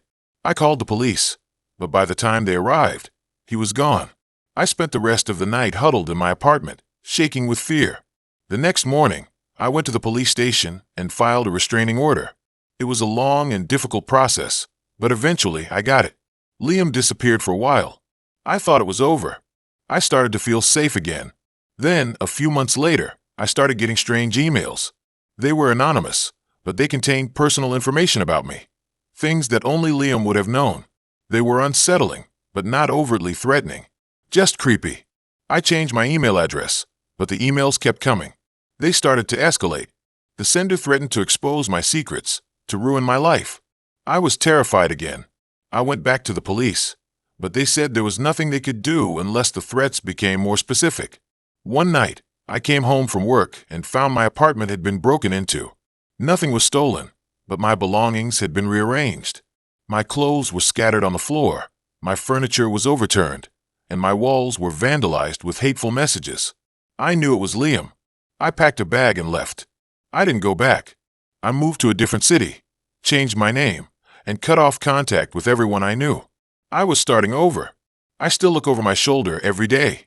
I don't think I'll ever truly feel safe again. And it all started with a right swipe on Hinge. I ignored all of those red flags and fell right into a nightmare. Looking back, I wish I had trusted my gut. I wish I had deleted the app and moved on. But I didn't, and I paid the price. Dating apps, not for me. Okay, deep breaths. Here we go. This isn't easy to write, and honestly, I've avoided thinking about it for a long time. But maybe getting out there will. I don't know. Maybe it'll help someone else avoid the same situation. It started like any other Hinge match. His profile was normal. Pictures of him hiking, one with his dog, another at a concert. He listed his job as a software engineer, which, okay, boring, but stable. His prompts were witty enough, nothing too try-hard. We matched, and he messaged me almost immediately. His name was Mark. The first few days were fine. Normal Hinge banter. Where are you from? What do you do for fun? Standard getting-to-know-you stuff. He seemed genuinely interested in what I had to say. He wasn't overly aggressive or pushy, which was a welcome change from some of the other guys I talked to on the app. We had a lot in common, or so it seemed. We both loved indie movies, hiking, and trying new restaurants. After about a week of texting, he asked me out. We went to a small Italian place in my neighborhood. The date went well. He was funny, engaging, and seemed genuinely interested in getting to know me. No red flags, no weird vibes. He walked me home. We kissed goodnight, and I honestly thought, okay, maybe this is something. We went out a few more times over the next couple of weeks. Each date was just as good as the last. We explored different parts of the city, went to museums, and even cooked dinner at my place one night. I was starting to really like him. I felt comfortable around him, which was rare for me. I'm usually pretty guarded, but with Mark, it felt easy to let my walls down. That's when things started to get off. It started subtly. He'd remember details about conversations we'd had weeks ago, things I'd barely remembered saying. He'd show up at my apartment with my favorite coffee, even though I hadn't mentioned I was craving it. It was sweet at first, thoughtful, but then it started to feel like he was paying too much attention. He also started asking more personal questions, digging deeper into my past. Questions about my family, my childhood, past relationships. I brushed it off as him just trying to get to know me better. But there was something about the way he asked them, the intensity in his eyes, that made me uneasy. Then came the comments about my appearance. Not outright negative ones, but observations. He'd notice if I changed my hair, even if it was just a slight trim. He'd comment on what I was wearing, even if it was something I'd worn a million times before. That blue sweater really brings out the color in your eyes. Harmless, right? Except it wasn't. It was like I was being studied. One night, we were watching a movie at my place, and I got up to get a blanket. When I came back, he was scrolling through my phone. I froze. "What are you doing?" I asked, my voice shaking. He looked up, startled. "Oh, sorry," he said, with a sheepish grin. "I was just trying to see what kind of music you like. You didn't have your Spotify open." I snatched my phone back. "You don't just go through people's phones, Mark." He apologized profusely, said he didn't mean to invade my privacy. I was still shaken, but I let it go. I wanted to believe it was just a mistake. But it wasn't a mistake. It was a pattern. He started showing up at places I hadn't told him I'd be. The coffee shop I went to on Saturday mornings, the bookstore I frequented after work. He'd act surprised, like it was just a coincidence. "Oh, hey, fancy seeing you here." But the look in his eyes told a different story. I started to feel like I was being watched. I tried to distance myself from him, to slow things down. I told him I was busy with work, that I needed some space. He didn't take it well. He'd text me constantly, called me multiple times a day. He'd show up at my apartment unannounced, saying he just wanted to check on me. One night, I was walking home from a friend's place when I saw him. He was standing across the street, under a streetlight, just watching me. I quickened my pace, my heart pounding in my chest. I ran the last few blocks to my apartment, fumbling with my keys, terrified he was going to follow me. I finally got inside, locked the door, and leaned against it, gasping for breath. I peeked through the peephole, and he was still there, standing under the streetlight, staring at my building. I didn't sleep that night. The next day, I went to the police. I told them everything that had happened, showed them the text messages, the missed calls. They said there wasn't much they could do. He hadn't technically broken any laws. He was just being clingy. They advised me to get a restraining order, but that required proof of harassment, which was hard to come by with what I had. I felt helpless. I changed my phone number, deleted my social media accounts, and started staying with friends. I was terrified he'd find me, that he'd escalate. Weeks went by, and I didn't hear from him. I started to think maybe it was over, that he'd finally gotten the message. Then, one afternoon, I went back to my apartment to pick up some clothes. I was only there for a few minutes, just long enough to grab a bag and leave. As I was walking out the door, I noticed something strange. A small, white envelope was wedged under my doormat. My heart sank. I knew who it was from. I hesitated, then slowly picked it up. My hands were shaking. I opened the envelope and pulled out a small piece of paper. On it, written in neat, precise handwriting, was a single sentence. "I'm always watching." I moved again that day, and I never returned. I don't know where he is now. I don't know if he's still watching me. All I know is that I'll never use Hinge again. Some connections aren't worth making. The feeling of being hunted is the worst. I am careful because of Hinge. I learned a valuable lesson that day about trusting my gut, even when it's screaming at me in a crowded bar while a handsome stranger is buying me a drink. It was the summer after I turned 28. All my friends were getting married, having babies, buying houses, and I was swiping through Hinge, hoping to find someone to watch Netflix with who wouldn't ghost me after the second date. I wasn't looking for a soulmate, just someone decent and relatively normal. That's when I matched with Alex. His profile was pretty standard. A few pictures of him hiking, one with his dog, a clever bio about his love for craft beer and bad puns. He seemed like a good guy, the kind you could bring home to your parents without them immediately staging an intervention. We chatted for a week or so, and he seemed genuinely interested in getting to know me. He asked about my job, my hobbies, my favorite books. It was refreshing compared to the usual "hey" or "what's up" I usually got. He suggested we meet for drinks at a bar near my apartment. It was a popular spot, usually packed on a Friday night, so I felt relatively safe. I told a friend where I was going and who I was meeting, just in case. When I arrived, Alex was already there, waiting at the bar. He was even more attractive in person, tall, with kind eyes and a genuine smile. He bought me a drink, and we started talking. The conversation flowed easily. We had a lot in common, and he was funny and engaging. I started to think maybe, just maybe, I'd actually found someone worthwhile on a dating app. But then, things started to get weird. It started subtly. He asked a lot of questions about my apartment, where it was located, what floor I lived on, if I had any roommates. I brushed it off as casual curiosity, but the questions kept coming, more specific each time. He asked about my security system, if I had a peephole, how often I locked my windows. It started to feel less like friendly conversation and more like an interrogation. I tried to steer the conversation in a different direction, but he kept bringing it back to my apartment. He asked if I walked home alone at night, if I ever felt unsafe in my neighborhood. He even asked if I kept a spare key hidden outside. That's when the alarm bells really started ringing in my head. I told him I needed to use the restroom and excused myself. As I sat in the bathroom stall, trying to calm my racing heart, I realized something wasn't right. The way he was looking at me, the questions he was asking, it felt predatory. I knew I had to get out of there. I texted my friend, telling her I was feeling sick and needed a ride home. Then, I went back to the bar and told Alex I wasn't feeling well and had to leave. He seemed surprised, almost annoyed. He offered to walk me home, but I politely declined, insisting I just needed to lie down. He kept pushing, saying he wanted to make sure I got home safe. I stood my ground, telling him my friend was on her way. Finally, he relented, but he gave me a look that sent shivers down my spine. It was a look that said, "I'm not done with you yet." My friend arrived a few minutes later, and I practically jumped into her car. I told her everything that had happened, and she was just as freaked out as I was. We drove back to my apartment, and she insisted on walking me to my door. As we approached my building, I noticed someone standing across the street, watching us. It was Alex. He didn't say anything, didn't move.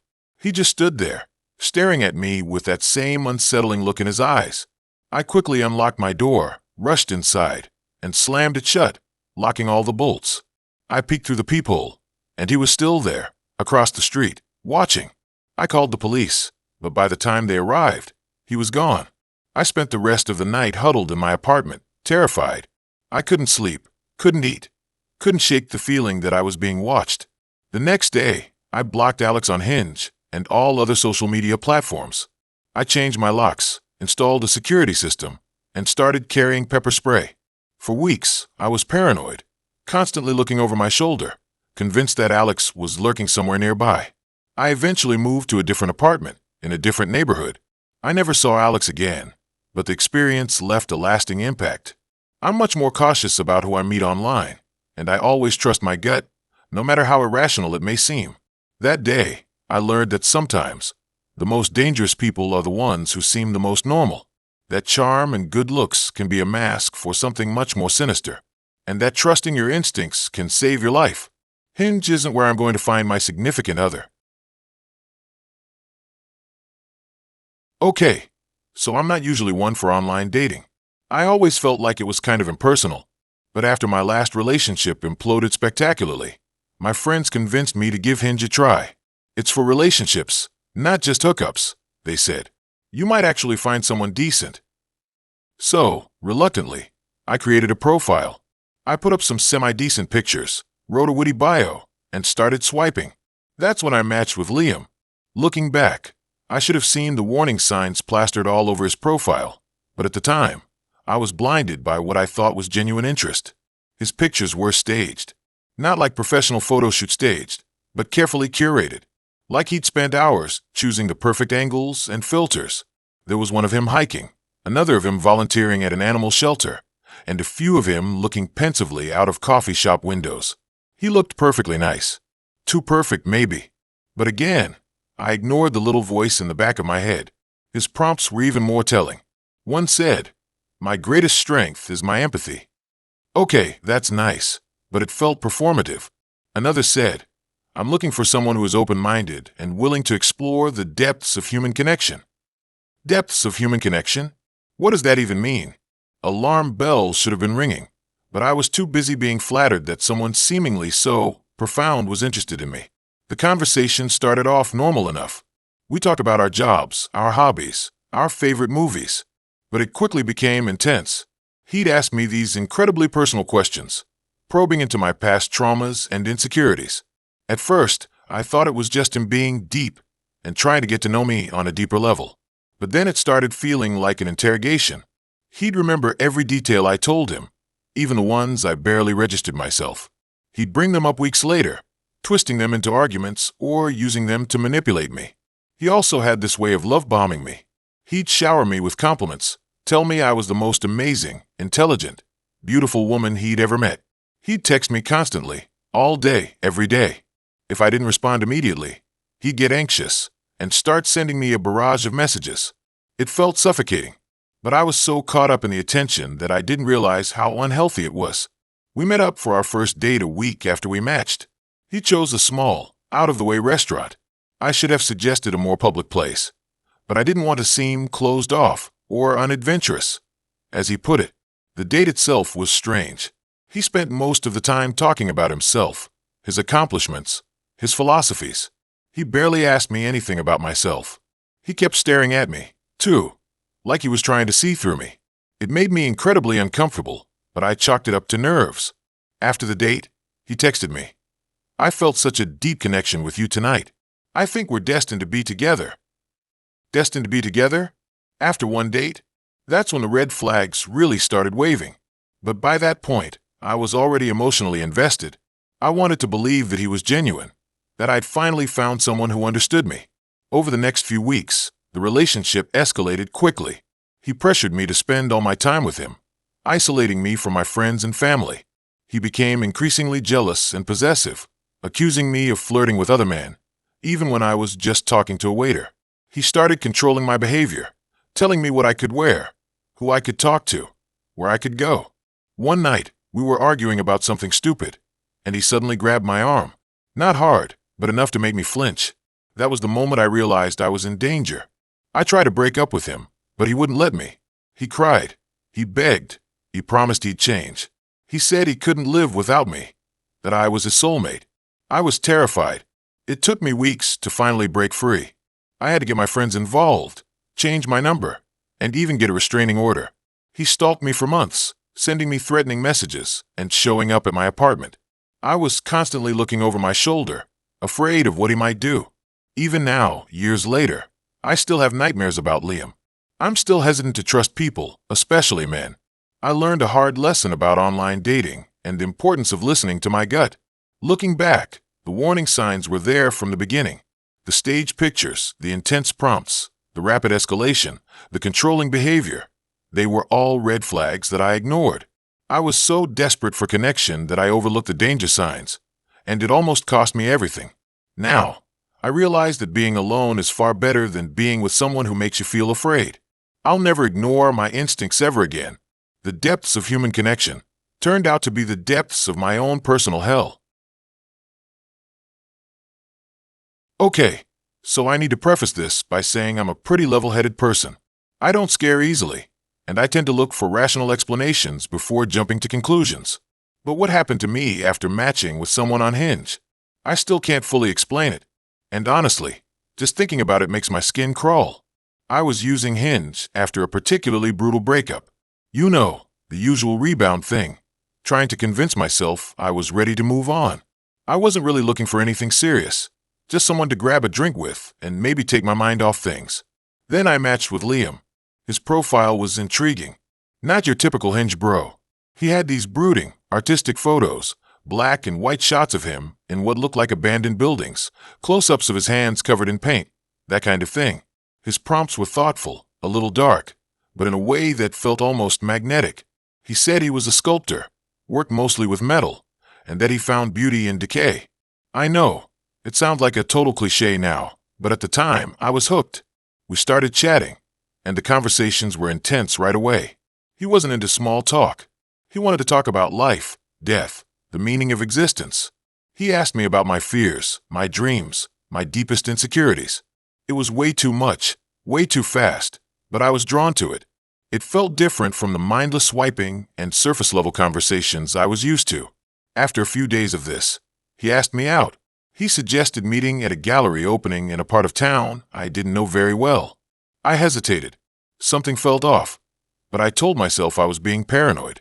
It was just a date, right? The gallery was in this old, industrial building, the kind with exposed brick and high ceilings. The art was strange. Lots of abstract sculptures made from scrap metal, twisted and contorted into grotesque shapes. It fit Liam perfectly.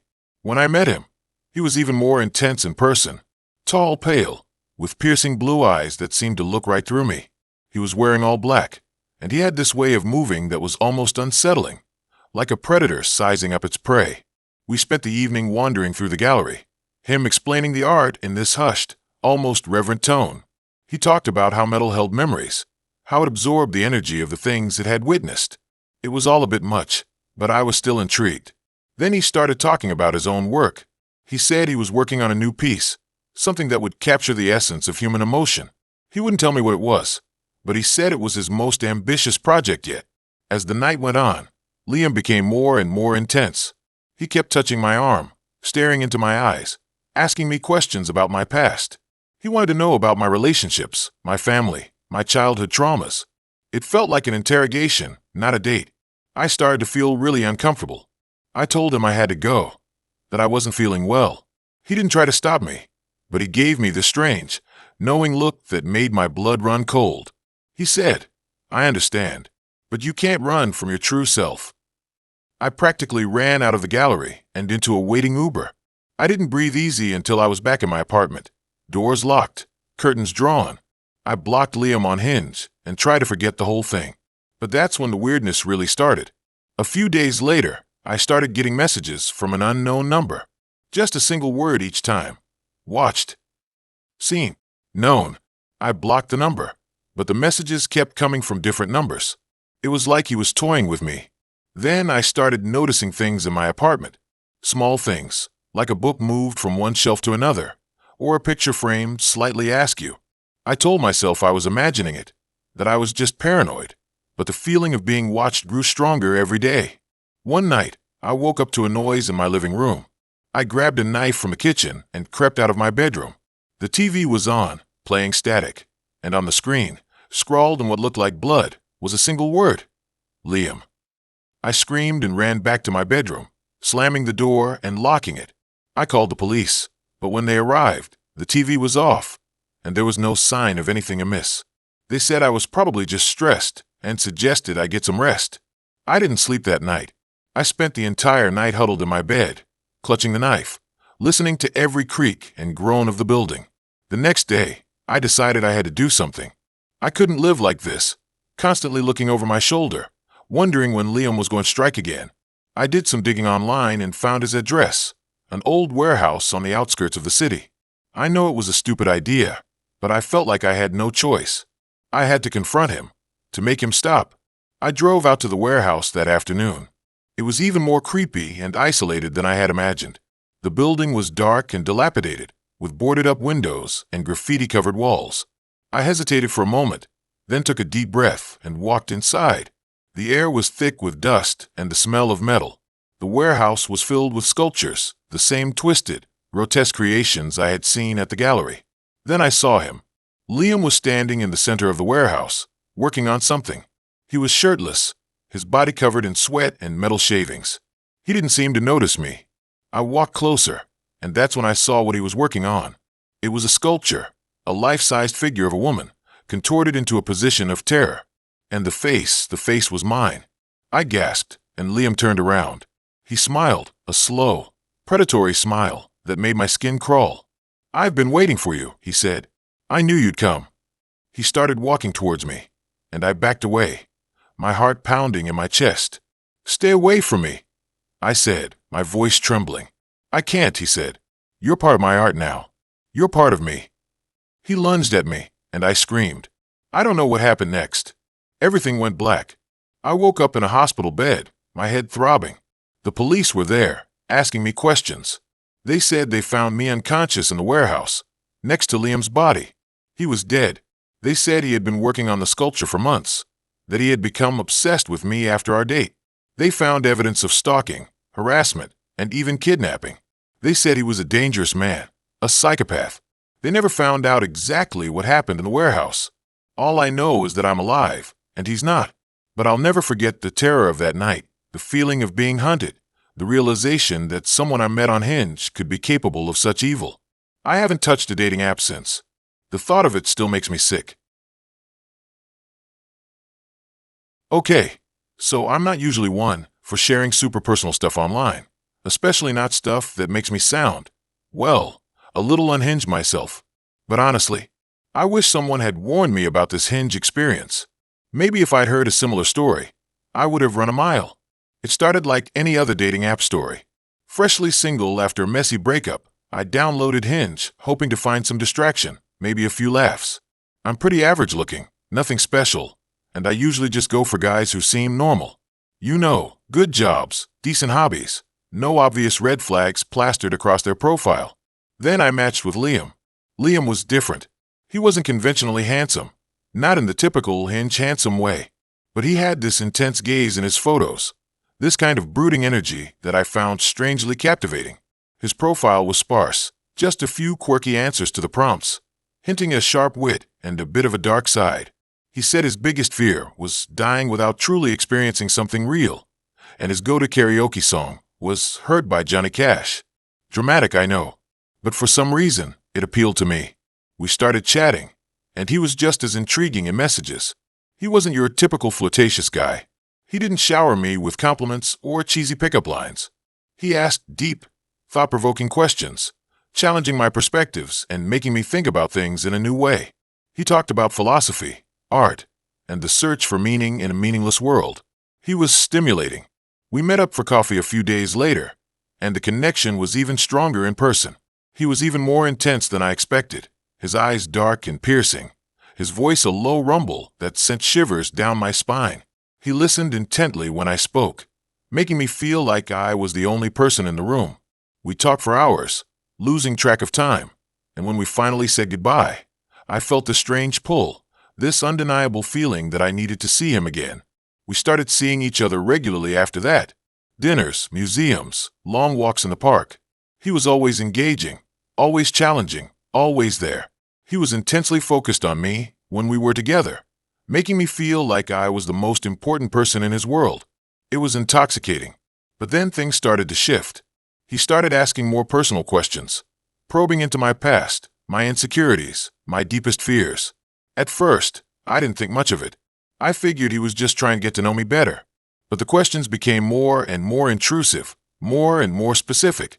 He wanted to know every detail of my past relationships, every mistake I had ever made, every regret I carried. He also started showing up unexpectedly. He'd swing by my apartment just to say hi, or call me late at night, needing to talk.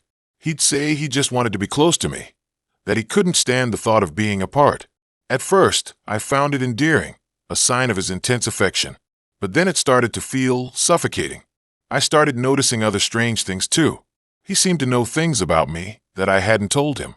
He'd reference conversations I'd had with my friends, or mention details about my work that I hadn't shared with him. I tried to brush it off as coincidence, but the feeling that he was watching me, that he knew more than he should, grew stronger every day. One night, I was scrolling through Instagram when I saw a photo that stopped me dead in my tracks. It was a picture of my living room, taken from outside my window. It was recent, too, because I could see the new plant I had just bought sitting on the windowsill. The caption read, "Thinking of you." My blood ran cold. I knew, without a doubt, that Liam had taken that picture. I confronted him about it the next day, and he didn't deny it. He just smiled that unsettling smile of his and said, "I just wanted to make sure you were safe." He tried to play it off like he was being protective, that he was just looking out for me. But I knew it was more than that. It was control.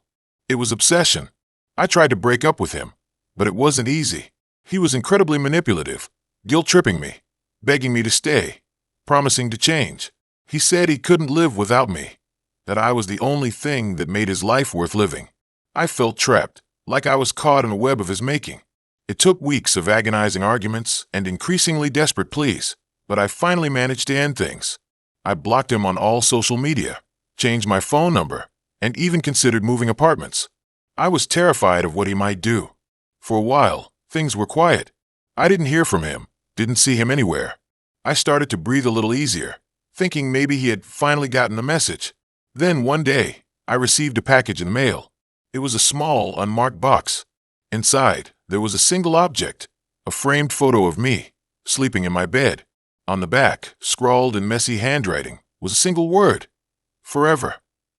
I called the police, showed them the photo, told them everything. They took it seriously, but there wasn't much they could do without concrete evidence of a crime. They advised me to get a restraining order, which I did, but it didn't make me feel any safer. I still don't know how he got that picture. I still don't know how he found my new address. I still don't know what he's capable of. I'm sharing this story because I want to warn other women about the dangers of online dating. Be careful who you match with. Do your research. Trust your instincts. And if something feels off, don't ignore it. Get out while you still can. I wish someone had warned me about Liam. Maybe if they had, I wouldn't be living in constant fear, wondering when he's going to show up again. This is my true Hinge horror story. Be careful who you swipe right on because you never know what demons they possess. Okay, so writing this down is already making my hands sweat, but here we go. It started like any other Hinge match. His name was Liam, and his profile was normal. Maybe a little too normal, looking back. Pictures of him hiking, at a brewery, smiling with his dog. Generic, but in a reassuring way. He seemed like a safe bet, you know. I'd been on Hinge for a few months, mostly striking out with guys who were either aggressively boring or clearly just looking for hookups. Liam was different. He actually seemed interested in getting to know me. We messaged back and forth for a week or so, and the conversations were easy. He asked about my job, my hobbies, my family. Nothing out of the ordinary. He was a good texter, responsive but not clingy. He even made me laugh a few times. So, I agreed to meet him for coffee. The coffee date went well. He was just as charming in person as he was online. We talked for hours, about everything and nothing. He seemed genuinely interested in what I had to say, and he made me feel comfortable. There weren't any immediate red flags. He wasn't overly touchy, didn't dominate the conversation, and wasn't rude to the barista. Classic green flags, really.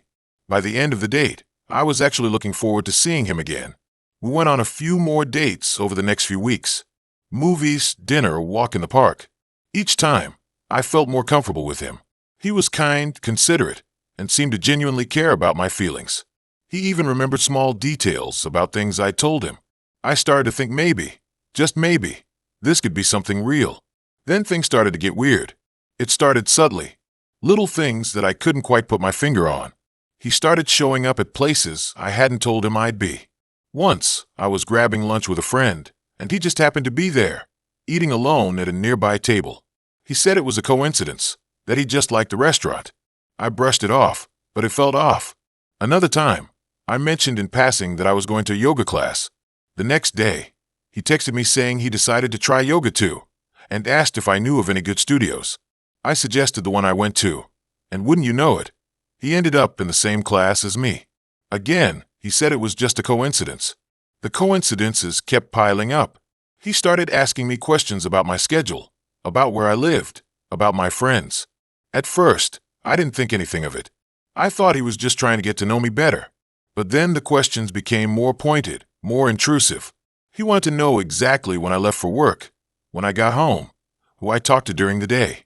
One night, I was walking home from a friend's house, and I saw him standing across the street. It was late, and the street was mostly deserted. He was just standing there, in the shadows, watching me. When I made eye contact with him, he didn't say anything. He just smiled, a slow, unsettling smile, and then turned and walked away. That's when I started to get really scared. I tried to break things off with him, but he wouldn't let me. He kept calling, texting, showing up at my apartment. He said he just wanted to talk, that he didn't understand why I was pushing him away. But his tone was changing. He went from being sweet and understanding to being angry and demanding. One day, I came home from work to find my apartment door unlocked. I knew I had locked it when I left. I cautiously opened the door and stepped inside. The apartment was dark and silent. I called out Liam's name, but there was no answer. I slowly made my way through the apartment, checking each room. Everything seemed to be in order, but something felt wrong. The air was heavy, and I had the distinct feeling that I was being watched. Then I went into my bedroom. Liam was sitting on my bed, in the dark. He was holding a knife. I screamed and ran. I ran out of the apartment, down the stairs, and out into the street. I didn't stop running until I reached a police station. I told the police everything. They took me seriously, but they said they couldn't do anything until Liam actually committed a crime. They advised me to get a restraining order, which I did, but the restraining order didn't stop him. He kept calling, texting, sending me emails. He even started leaving things on my doorstep, flowers, chocolates, and creepy notes. I was living in constant fear. I couldn't sleep, I couldn't eat, and I couldn't shake the feeling that Liam was always watching me. Then one night, I was awakened by a noise outside my window. I cautiously peered through the blinds and saw Liam standing in my yard, staring up at my window. He was holding a gasoline can. I called the police again, but by the time they arrived, Liam was gone. They searched the area, but they couldn't find him. I knew I couldn't stay in my apartment any longer. I packed my bags and moved to a new city, a place where Liam would never find me. It's been years since that happened, but I still have nightmares about Liam. I'm still afraid to date, afraid that I'll meet someone like him again. I deleted Hinge a long time ago. The experience has taught me that appearances can be deceiving, and that sometimes the most dangerous people are the ones who seem the most normal. I barely told anyone. I'm telling you because it happened, and it feels like I'm unloading a burden. I still check the locks,